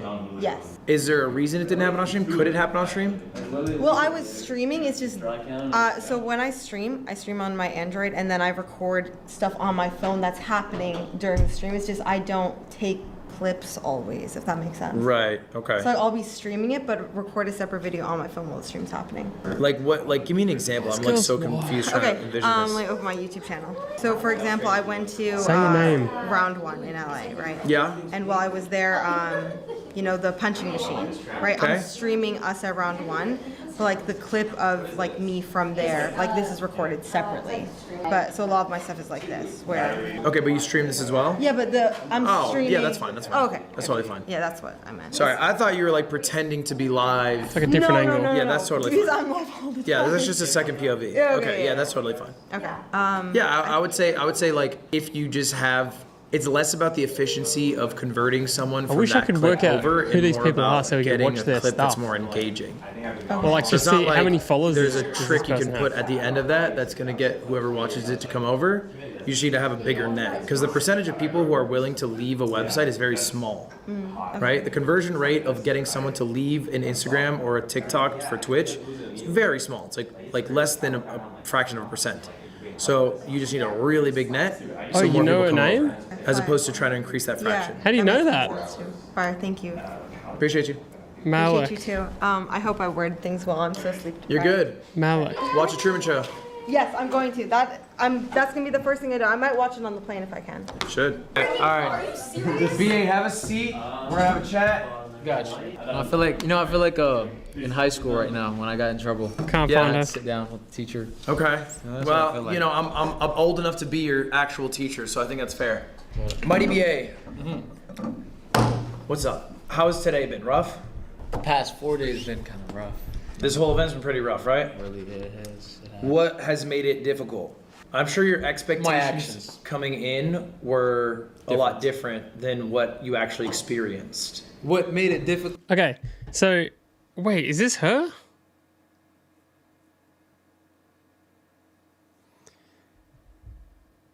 Okay, this is her, I think. She has got 1,800 subs on YouTube. What? She was in a Mr. Beast video? I won $250,000 in a Mr. Beast survival video. Wow. Interesting. And she's got 1,800. I'm so confused. She's a big streamer? Hang on. Okay, you guys keep watching this. I'm going to find her on Twitch. Was my actions actually. So how do you feel? Like, what are you going to take away? What's your plan now? What's my plan from here is to flip it and to not do the things that I did. So, okay, because we talked actually a good amount. I think this weekend, we had, I think, breakfast together day one. And the first thing I noticed from you was at the orientation, and you jump up and you're like, get me on stage. And instantly I was like, okay, you are eager. You're very excited, which is not a bad trait to have necessarily. And I think I kept seeing that eagerness and excitement to put yourself in front of people in every situation. But you were doing that before you'd formed the relationship where someone was excited to have you be a part of their. Wow. Okay, you guys, check this out. So this is her. This is Malik. The days that are green, this is a calendar year, right? So I guess she started streaming around here somewhere. What is this, 2021? Oh, okay, so am I right? Yeah, so each one of these blocks is a year. Look at this year here. This is 2024, 5, and then we're into 2026. I don't know what happened here. She must have gone on holiday or something. Look at this. Wow. Nearly every single day she streamed. In 2024, that's so wild. These are all every week of the year. Wow. And then also, you guys didn't see before, this is her overview.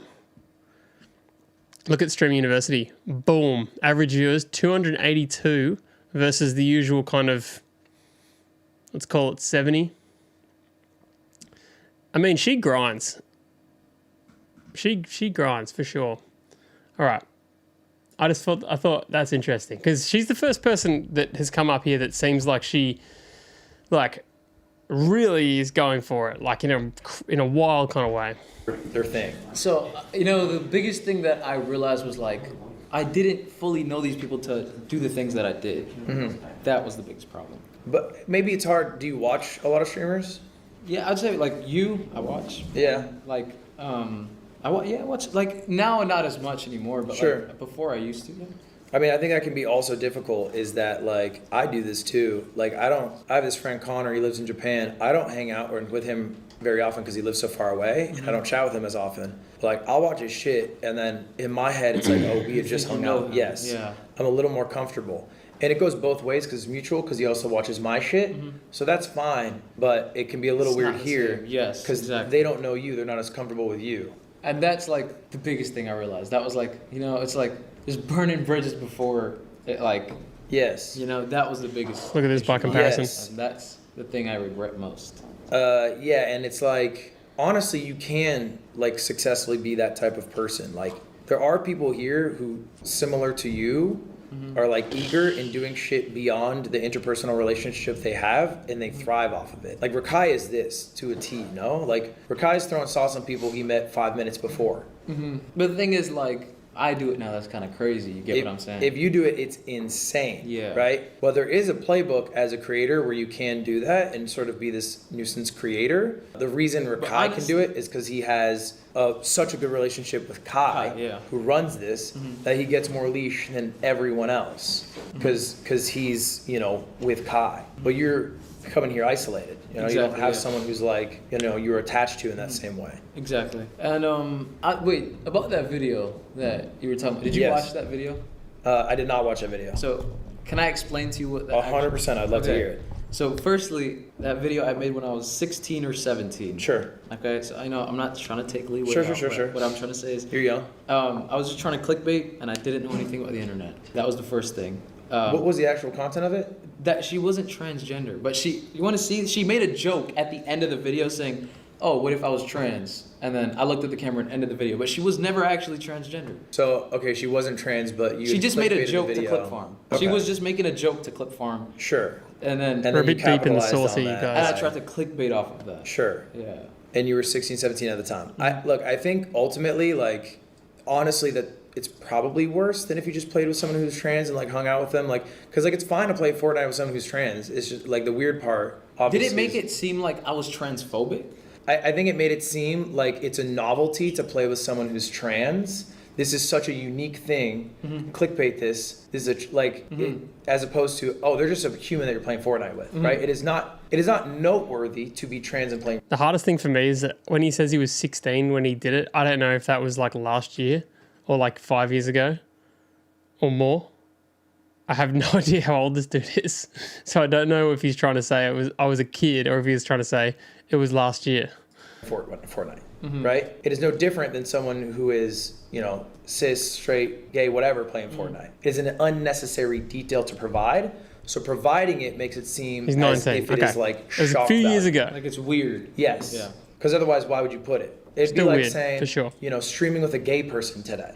People would be like, well, what do you mean you're streaming with a gay person today? You're just. I was just like, I actually, genuinely though, like did not know what I was doing. And I totally believe that, and I give you grace because I understand that. The only reason I chewed you out is because you challenged me, and I had done my homework, and I wouldn't have brought it up otherwise if you had not spoken. This is up yesterday's in my class. stream. If you guys haven't watched the previous and I do stream, feel bad about saying he called him out you are in a the pathetic excuse for class. a creator. I think that was a pathetic excuse for a video, but it does not determine your whole creator journey, which extends beyond that. So I think that's too much of a shot, but ultimately I think you keep putting yourself in these situations where like the only appropriate response someone can take is to hate, like get their respect back. Not hate, like, because that's not, Mr. Keem did not hate on you, right? No, he didn't. He tried to take his respect back. I did not hate on you. I tried to take command of my classroom back, right? And I feel like that's the situation, that's like the appropriate response. Right. But like I'm not gonna pick on you today because you're not doing shit to me today. Like you're just there. But anyway, shit sucks right now for you. It does. This week blows. It does. You came to Streamer U, you're supposed to be up here, and you're down fucking here. Where more people now not only know about you, they hate you than like you. I think he deleted it. Dubs to the mighty BA. Yes. You're not even able to be live right now. My phone died, but. Okay, were you live earlier? I was. How was stream? Where it's just like everything from Twitter just comes to the Twitch chat. Yeah. And they come for 5 seconds to give you some shit and then they leave you Yeah, off and your then day. they cut. Yeah. You know, and it's like, it is what it is right now.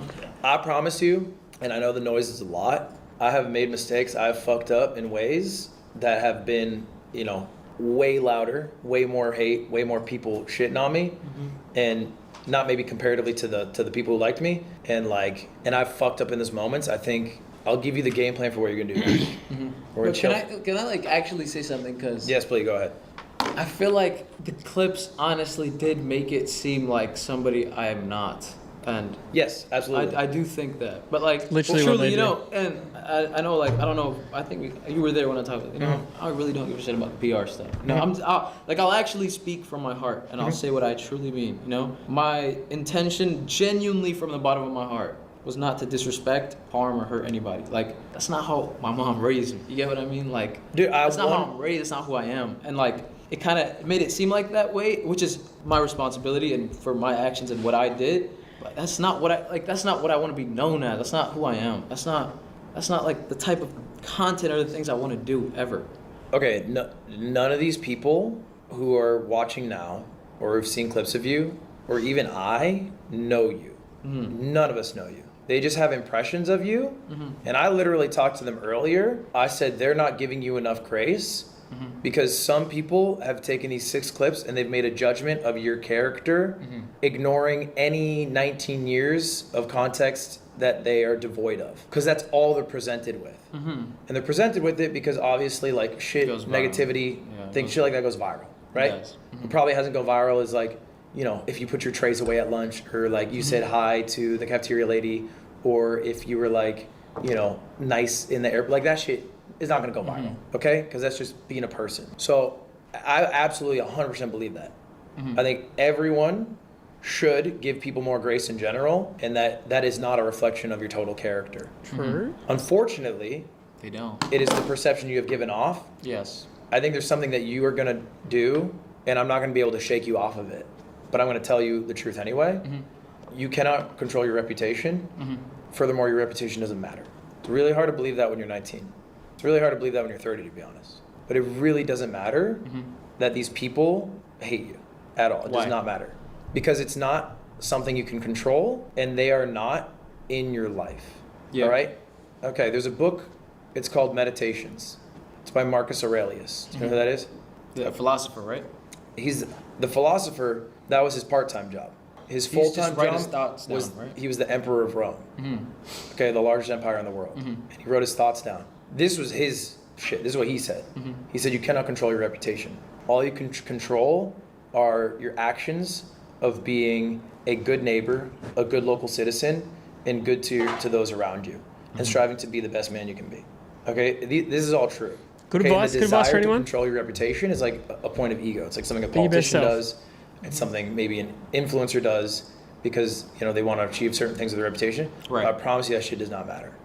Okay, what matters is like you coming here to talk to me, and then like my respect for you because we know each other personally, or your relationship with your family because they'll be there for you over this next week where life's gonna be fucking hell, or your community who watches you, who knows because they've watched your streams before that these clips do not represent you in totality. And I think that's where you should put your energy rather than trying to get all these people who are hating on you and making a lot of noise and blowing up clips.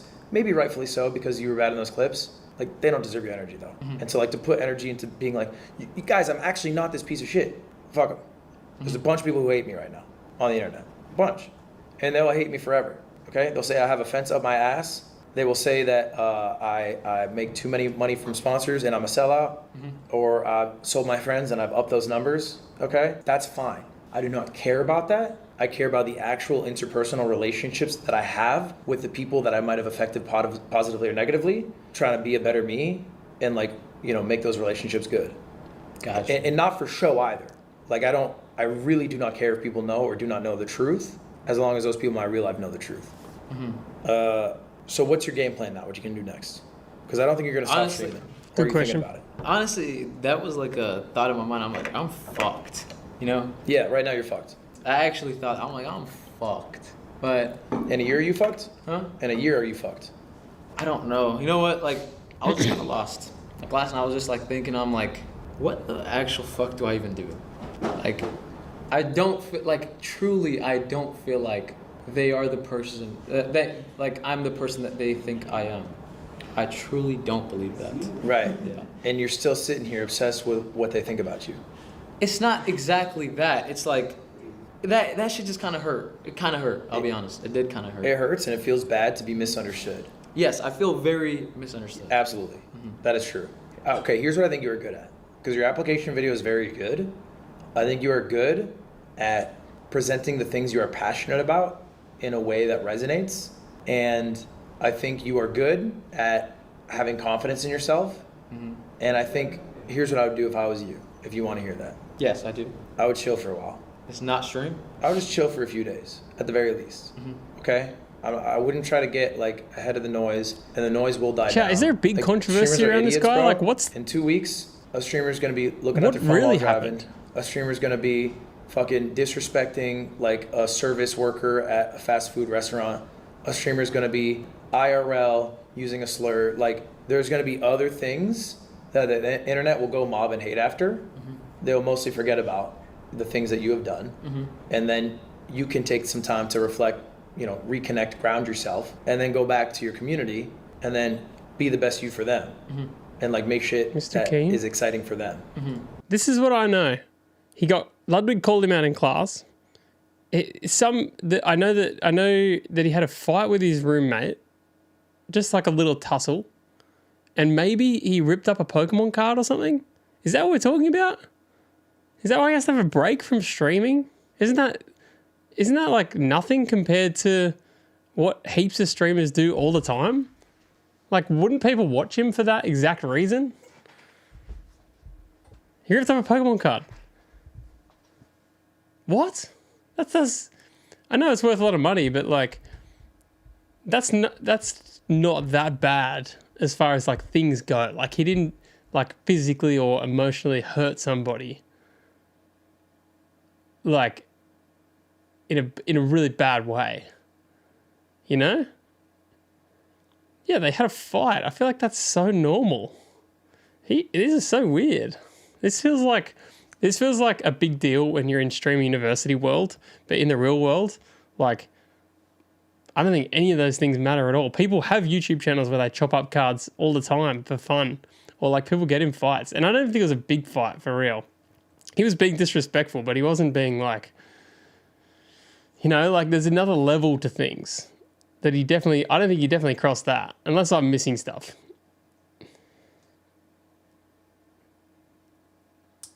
Yeah, exactly. Interesting. All right, thanks, chap. Okay, and like really hone in on weird. that. So would you say not stream for like 2 weeks? I don't think there's a specific amount of time. I would say like when you feel good. I wouldn't stream the day I get back, and then I would wake up every day and I would see how I feel. There's not a time limit I put. Just get back on the train. How do I feel? And if the feeling is I want to change the minds of the people who don't like me, I think that's okay. I take another day. Okay. Because that, I think, is that fruitless pursuit that you will fail. Okay, chat's clutching up here a little bit with a bit more information. He's just getting because he was disrespectful, he's getting a lot of hate in his chat. And that's the thing that I think he's got to try and cool down. The chat's got a lot of hate. He should just not put chat on the screen. He should just stream, just turn the chat off and just stream for fun for a bit, because then they'll have no energy.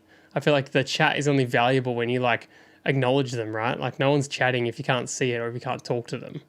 So I feel like it's a good idea. He should have a break. If everyone's just getting on, just hating on him, that sucks. That's like that's taking a mental toll on him. But the fact that people are even getting on and hating on him is such a like weird streaming university universe MCU thing. It's so weird. That, and your community is not going to enjoy it either. As opposed to they would just enjoy me being me. Let me see the Mighty BA, how I liked watching the Mighty BA before. Gotcha. Okay, so that's like shit. That's really hard to do, by the way. Like, no, but it's possible. It is possible. I fail this all the time, bro. Like, there's like, controversy shit, and like people bait you and into like slipping up and like, talking about shit, trying to change minds, doing that all the time.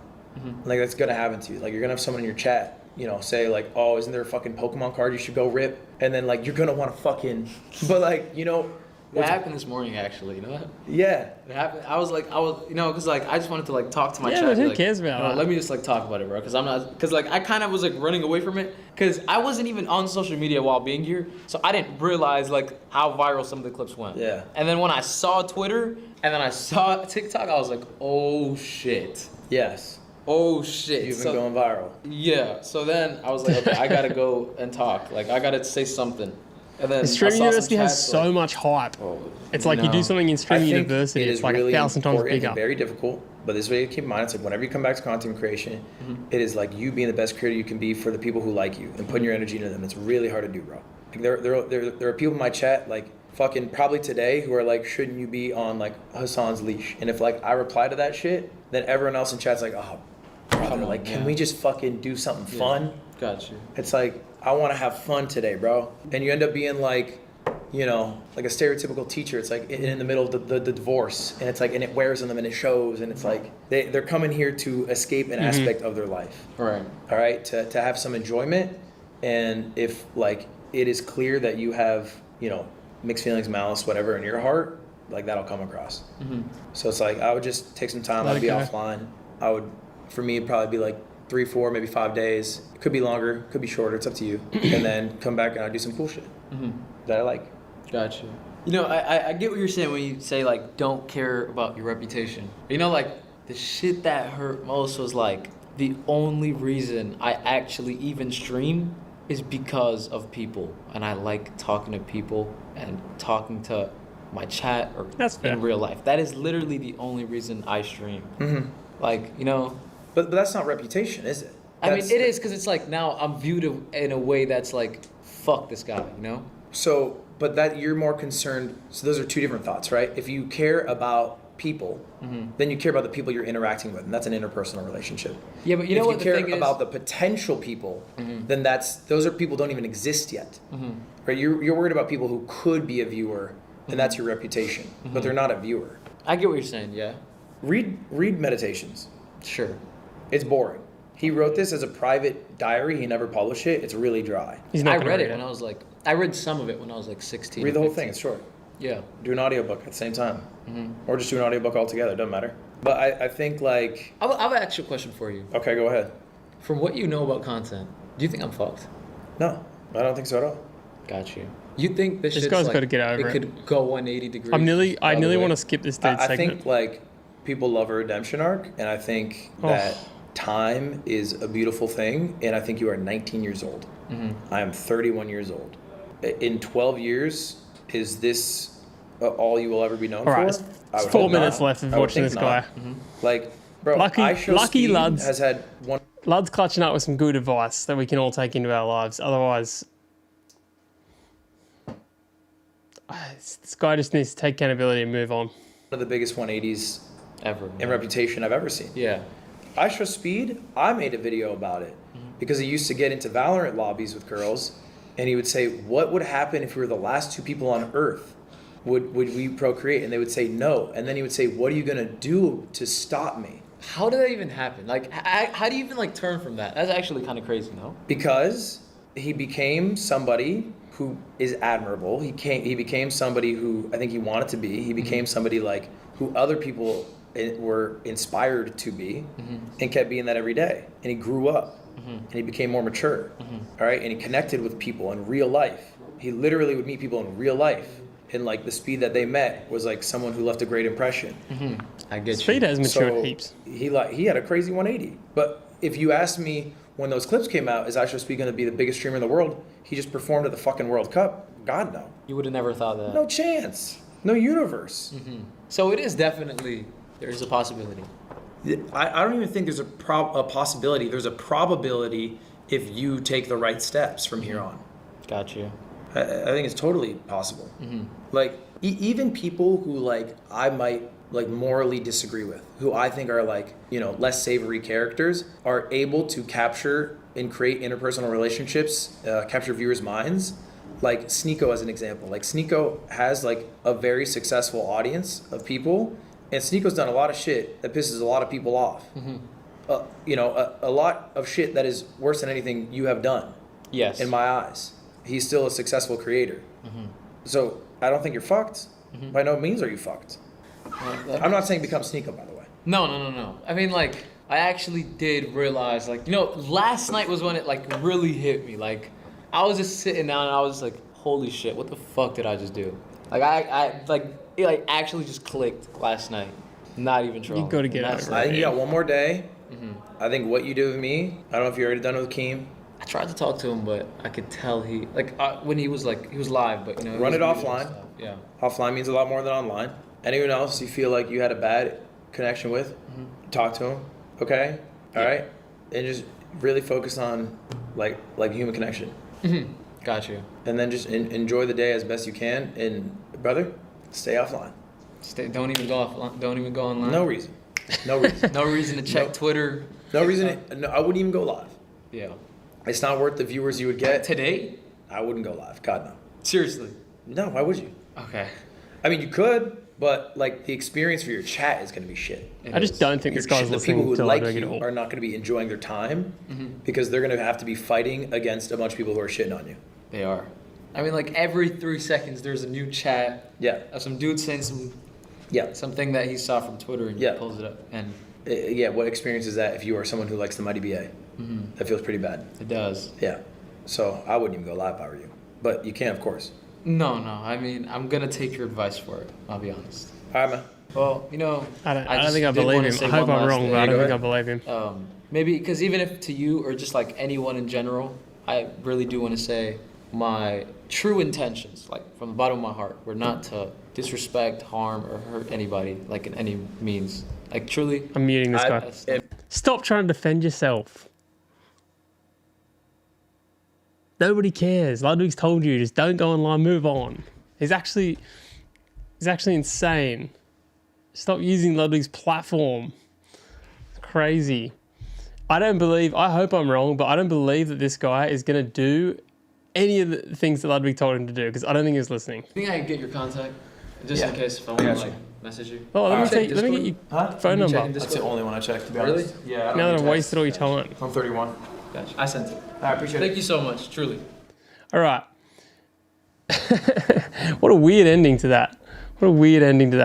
Guys, I want to watch one more thing before we finish today. I don't know if you guys are across it or not before, but the Reckless Ben Lego whole scenario thing. If you don't know what I'm talking about, you need to watch something else first. You should not stick around on this stream because there's so much backing. But basically, to give like a really quick backing to it, there was this store. There was a guy who had his dad's Lego set. It was worth a ton of money, probably over $100,000. He gave it to this store to sell for him.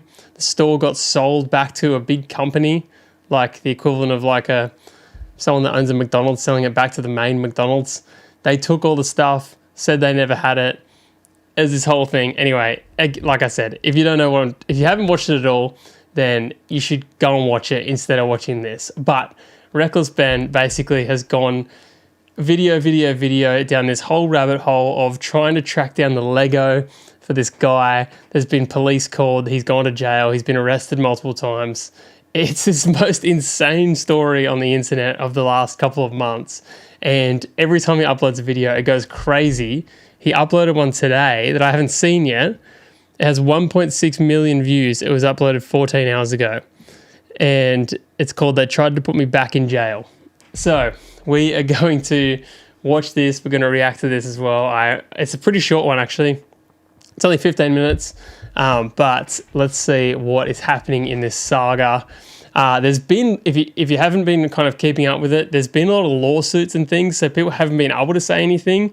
But I think Reckless Ben has been able to get enough stuff through the court system, through the judges or whatever, that he's able to actually speak at least. So, all right, let's watch Reckless Ben's new video because I'm just fascinated by it. I'd love to hear what you think as well, chat, especially if you've been watching. Yeah, crazy dude. Hey, look at this. It's me. All right, let's watch it. A bunch of new body cam footage came in. No one's ever seen it, and we're gonna watch it right now. He came to harass us at our place. He's out of state. So this is filmed right after I get released from jail the first time, because I got arrested because I was trying to serve them court papers to take them to court. They're just making up reasons for me to be arrested. But then I get out of jail because I paid for bond. I get out of jail. And now Ammon's just calling the police because he's like, you guys let Ben out of jail? Like, what the hell? Like, how could you guys do that? Ben needs to be in jail right now. So he was arrested, and I think he was booked into the Utah County Jail. Okay. And he must have been released, even though he's an out-of-state, flight risk. He was released. And so he's a YouTuber that does this stuff for videos and clicks. This is the owner of the Lego franchise, I think, is who this is, calling the police saying put him back in jail. This is crazy. By the way, I don't condone all of Ben's actions. I feel like he is on another planet as far as how he expects the world to run in the way that he thinks it runs, but it's very entertaining. You got to give him that. And the stuff that's happening with the police in this situation is actually so crazy. Okay. He was arrested in California for doing this kind of trespassing and kind of stuff. Before, just I think in 2024. Right. My first time getting arrested ever was for serving my court papers. This is my first time ever getting arrested. This is my first time ever getting arrested, but I think Ammon's thinking, oh, well, if I lie to the police and make it seem like he's a criminal, maybe they'll just keep him in jail this time, So that's what's happening.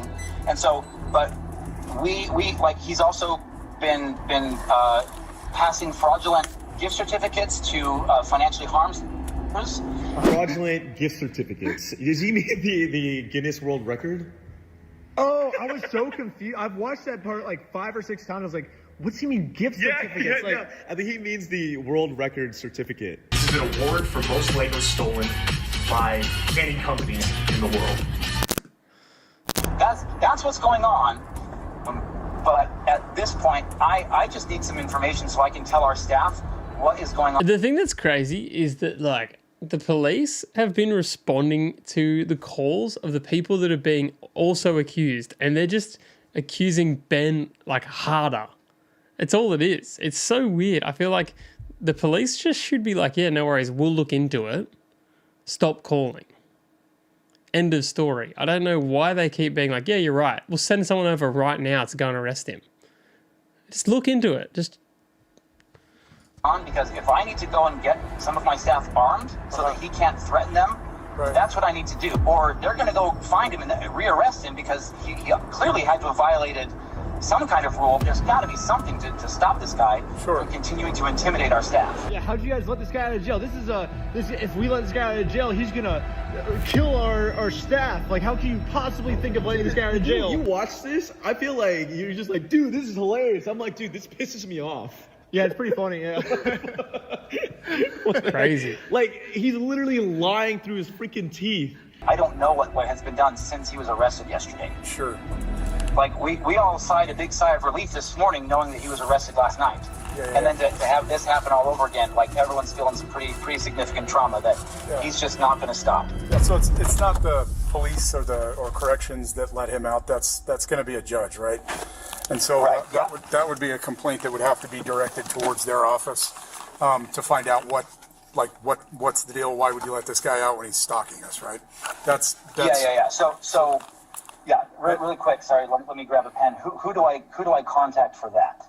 He's like, dude, what are you talking to me about this for? Talk to the Good judge. response. The police officer's like, we tried to keep him in jail until his court case for a month, but the stupid judge let him out. So don't complain to me, complain to the judge. Yeah, what are you doing? I suggest you put all evidence that you have against this guy on that. He acts really cutesy, he's clearly got some form of sociopathic disorder, because he lies through his teeth.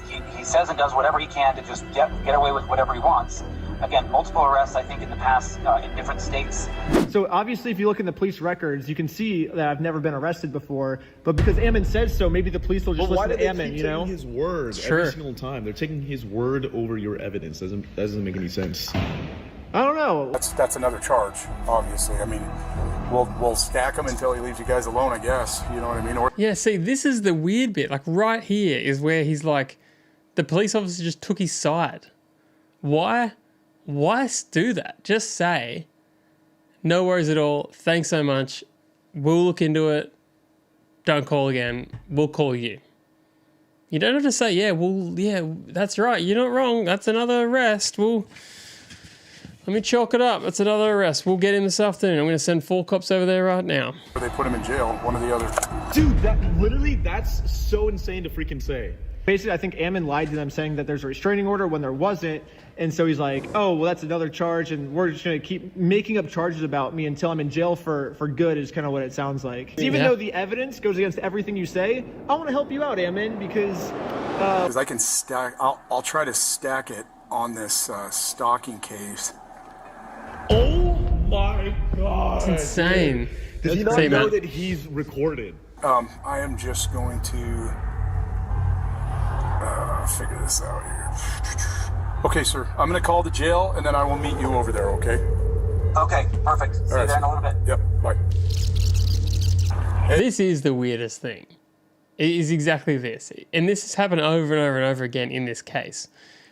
It's so strange that the police hear and then they respond in a way where they're taking his side. They just... I've already said it. Hey, it's Abrams with Orem Police Department. How you doing? You guys let a guy go this morning. It sounds like he was released from the jail today. Officer Abrams? Yep. Nice to meet you. Yep. Man, is there any way I can use your bathroom? Yeah, real quick? for sure. We've got one right back here. Taking my body camera off and setting it down for a second so I can use the bathroom. You shouldn't be doing this stuff, right? You know what I mean? All 5 of them should be charged. Right. Basically what they're saying now is not only should we put Ben in jail for forever for trying to serve these court papers, we should put all 5 of his team members in jail for trying to take you guys to court. You guys don't deserve to go to court, and anyone that tries to take you to court, we're going to put them in jail indefinitely. They started threatening to kill some of the staff. And so they're just like, hey, if you don't, we're gonna kill you if you don't give this guy his money back and all this other stuff and like all these things. And so we're like, dude, like you guys have to go through the appropriate legal channels. Yeah. This guy has nothing to do with it, other than he just gets off on making videos and like if you look him up again, he goes by the name of YouTube. Okay. And he films himself doing illegal things all the time, and then he gets his videos taken down, do all sorts of research on him. That's what we're dealing with, is a guy who, like, honest to goodness, he's a sociopath. Okay. As we've done some additional, I was about to critique the camera guy here, but it's a police body cam. So it's probably fine that it's not framed up super nice. Again, this whole situation is so weird. Searches on him. He has, it appears that a relative of him, of his, because he's originally from Ohio and then he moved to LA, some relative of his with the same name, that, based on what we can piece together, was convicted of child porn or child sexual contact, some of these other types of things. So there's a very real chance that he may have been abused as a child, but that set him through a mental disorder, kind of whatever the case may be. He's clearly a sociopath who does not care about the system. My whole family's pretty close, and I'm 99.999999999% sure that's not true. But if it is true, I would like to know who that is. So, because that's probably important information for me if there is someone in my family that's like that. But just a really quick update. I think we found the guy that Ammon's talking about. Athens man is sentenced after he was found guilty of 110 felony counts for recording and distributing child pornography from his home. Benjamin Schneider is sentenced to 8 years in prison. So yeah, I guess this guy also got charged in Ohio, and he has a very similar name to me. It's actually the exact same name as me. And maybe he thought that this person was me. Maybe that explains why he's saying I have been arrested multiple times. I mean, clearly this person is not me. I mean, but also maybe Ammon's not the smartest person in the world, so maybe he thought that we were the same person. I don't know, but this is the closest I was able to find of what Ammon could be talking about. We know this guy's a sociopath, and so we are very afraid for our staff. Yes, sir. And these guys coming in, they've threatened people before. They don't care about the law, right? Right. And that's what makes us very scared, is because again, and I'm kind of asking a serious question. In your opinion, would you go get a shotgun and bring it in the store? He keeps asking So, like, you're the police officers, you think it's a good idea that we should have guns to defend ourselves next time Reckless Ben comes in, right? I think what he's trying to do is, because Josh Johnson said he was going to shoot us just for trying to serve him papers. Holy crap, dude. Wait, hold on. This is insane. So he's basically asking, hey, officers, do you think it's a good idea for me to have a gun, a shotgun, in case this guy comes around again? So he can get the okay from the police officer. Yeah. So he's like, hey, the officer said I can, insinuating that he can kill you. Well, the police officers were that told me to do this. Like, I'm just within my rights. He was trying to kill me, and I'm just defending myself. Yeah, he's trying to come up with a reason to justify murdering us, I think, which... This is actually insane. Yeah, it's a little scary. You got that right. It is insane. Like, again, I don't think that the way that Ben goes about doing this stuff is very good. I feel like he does it in such in like he's in like a different universe as to how he thinks people are going to react to what he does to try and get a result. But I mean, he hasn't seemed to have done anything that's like super illegal, and definitely not anything that's like morally illegal. He's just doing things like trespassing and, I don't know, climbing onto people's roofs and putting banners up and things that he's not supposed to do. It's kind of like, yeah, but like, I feel so, it's so weird that the police are being manipulated so easily by these other people. But in a situation like this where some people we feel like are in danger. I personally encourage people who are able to carry legally to carry. Okay, so that's basically all the footage after I got arrested of them freaking out, and I think that kind of explains why, because a few hours later we do the GoFundMe. Sheldon gets arrested just for promoting this GoFundMe, and then they send a whole SWAT team of police officers to my house to just arrest everyone. So basically Ammon's doing what I like to call the 3-year-old method, which is basically if a 3-year-old really wants something and they're not getting it, what do they usually do? Whine, cry, kick the back of the seat when they're in the car. Basically this. That's kind of what Ammon's doing. Like, Ammon at first isn't really getting what he wants. It's like, I mean, I guess he got me arrested, but then I get out of jail and he's like, oh shoot, if I just keep saying he's stalking us, they're not going to keep him in jail for I got to make up some story to put him back in jail. It's exactly what a 3-year-old would do, right? And then he says, we're going to murder him. He's like, we're threatening him, and he's not getting what he wants, so he just keeps like whining and crying. He's like, they're doing this, and they're threatening. Yeah, and we can't, honestly, we can't really get mad at Ammon for doing this because, I mean, we used to do the same thing also, right? Like literally everyone used to do this. But then we turned like 5 years old and we grew out of it. Yeah, well, like we turned 5 and then we realized that this was not the correct method to get what we want.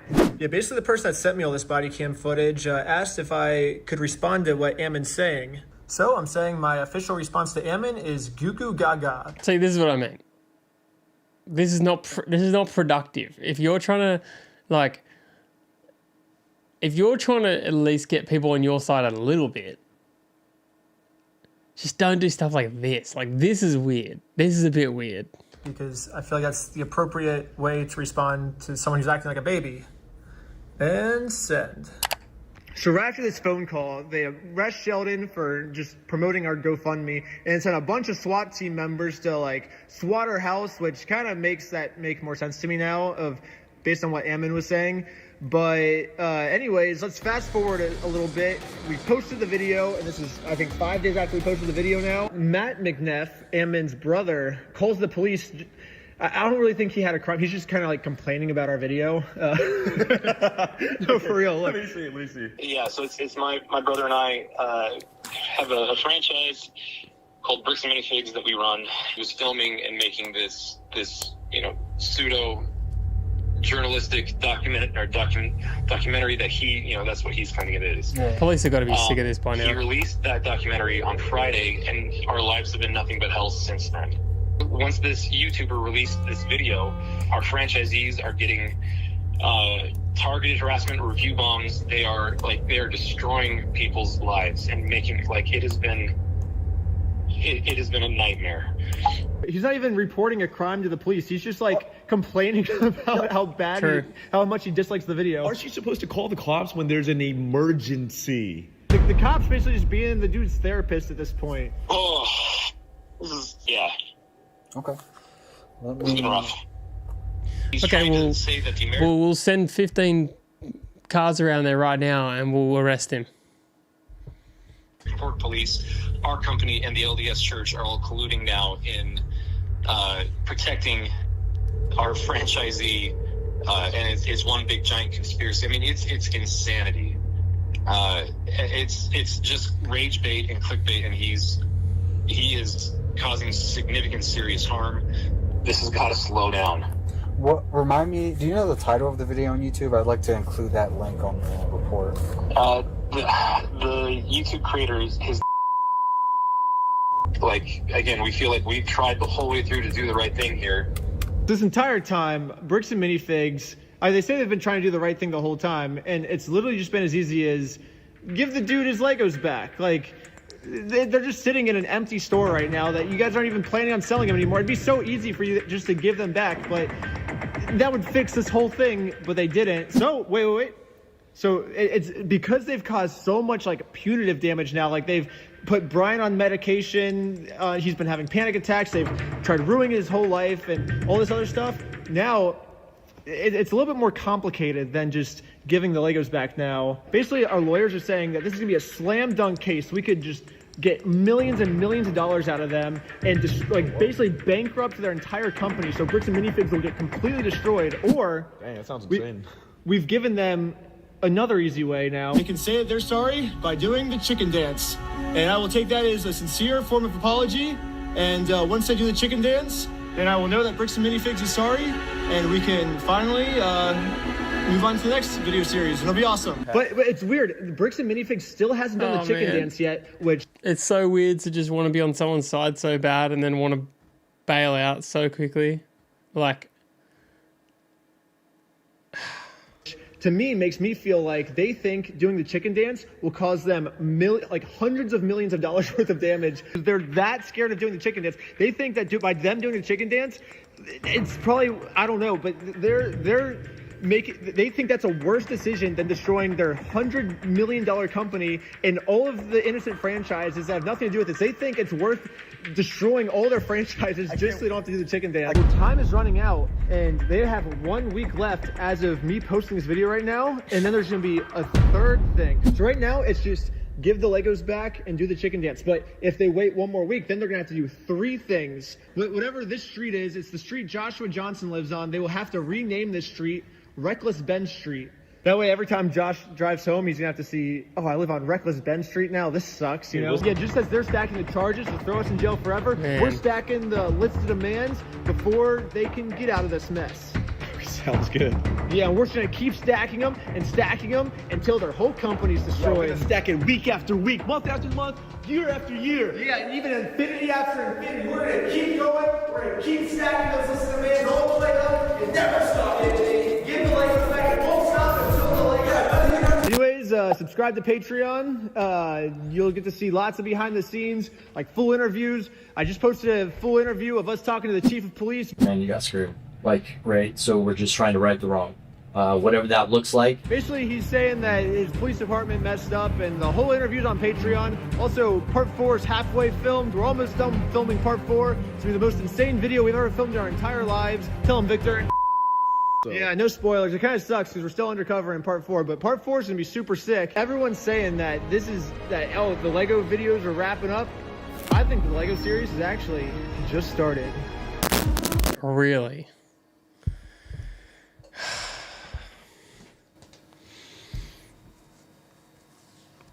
Oh, just the way that he does these things, the way that he goes about the t-shirts, the banners, the goo goo gaga emails, it's just, it's so stressful. It stresses me out. I think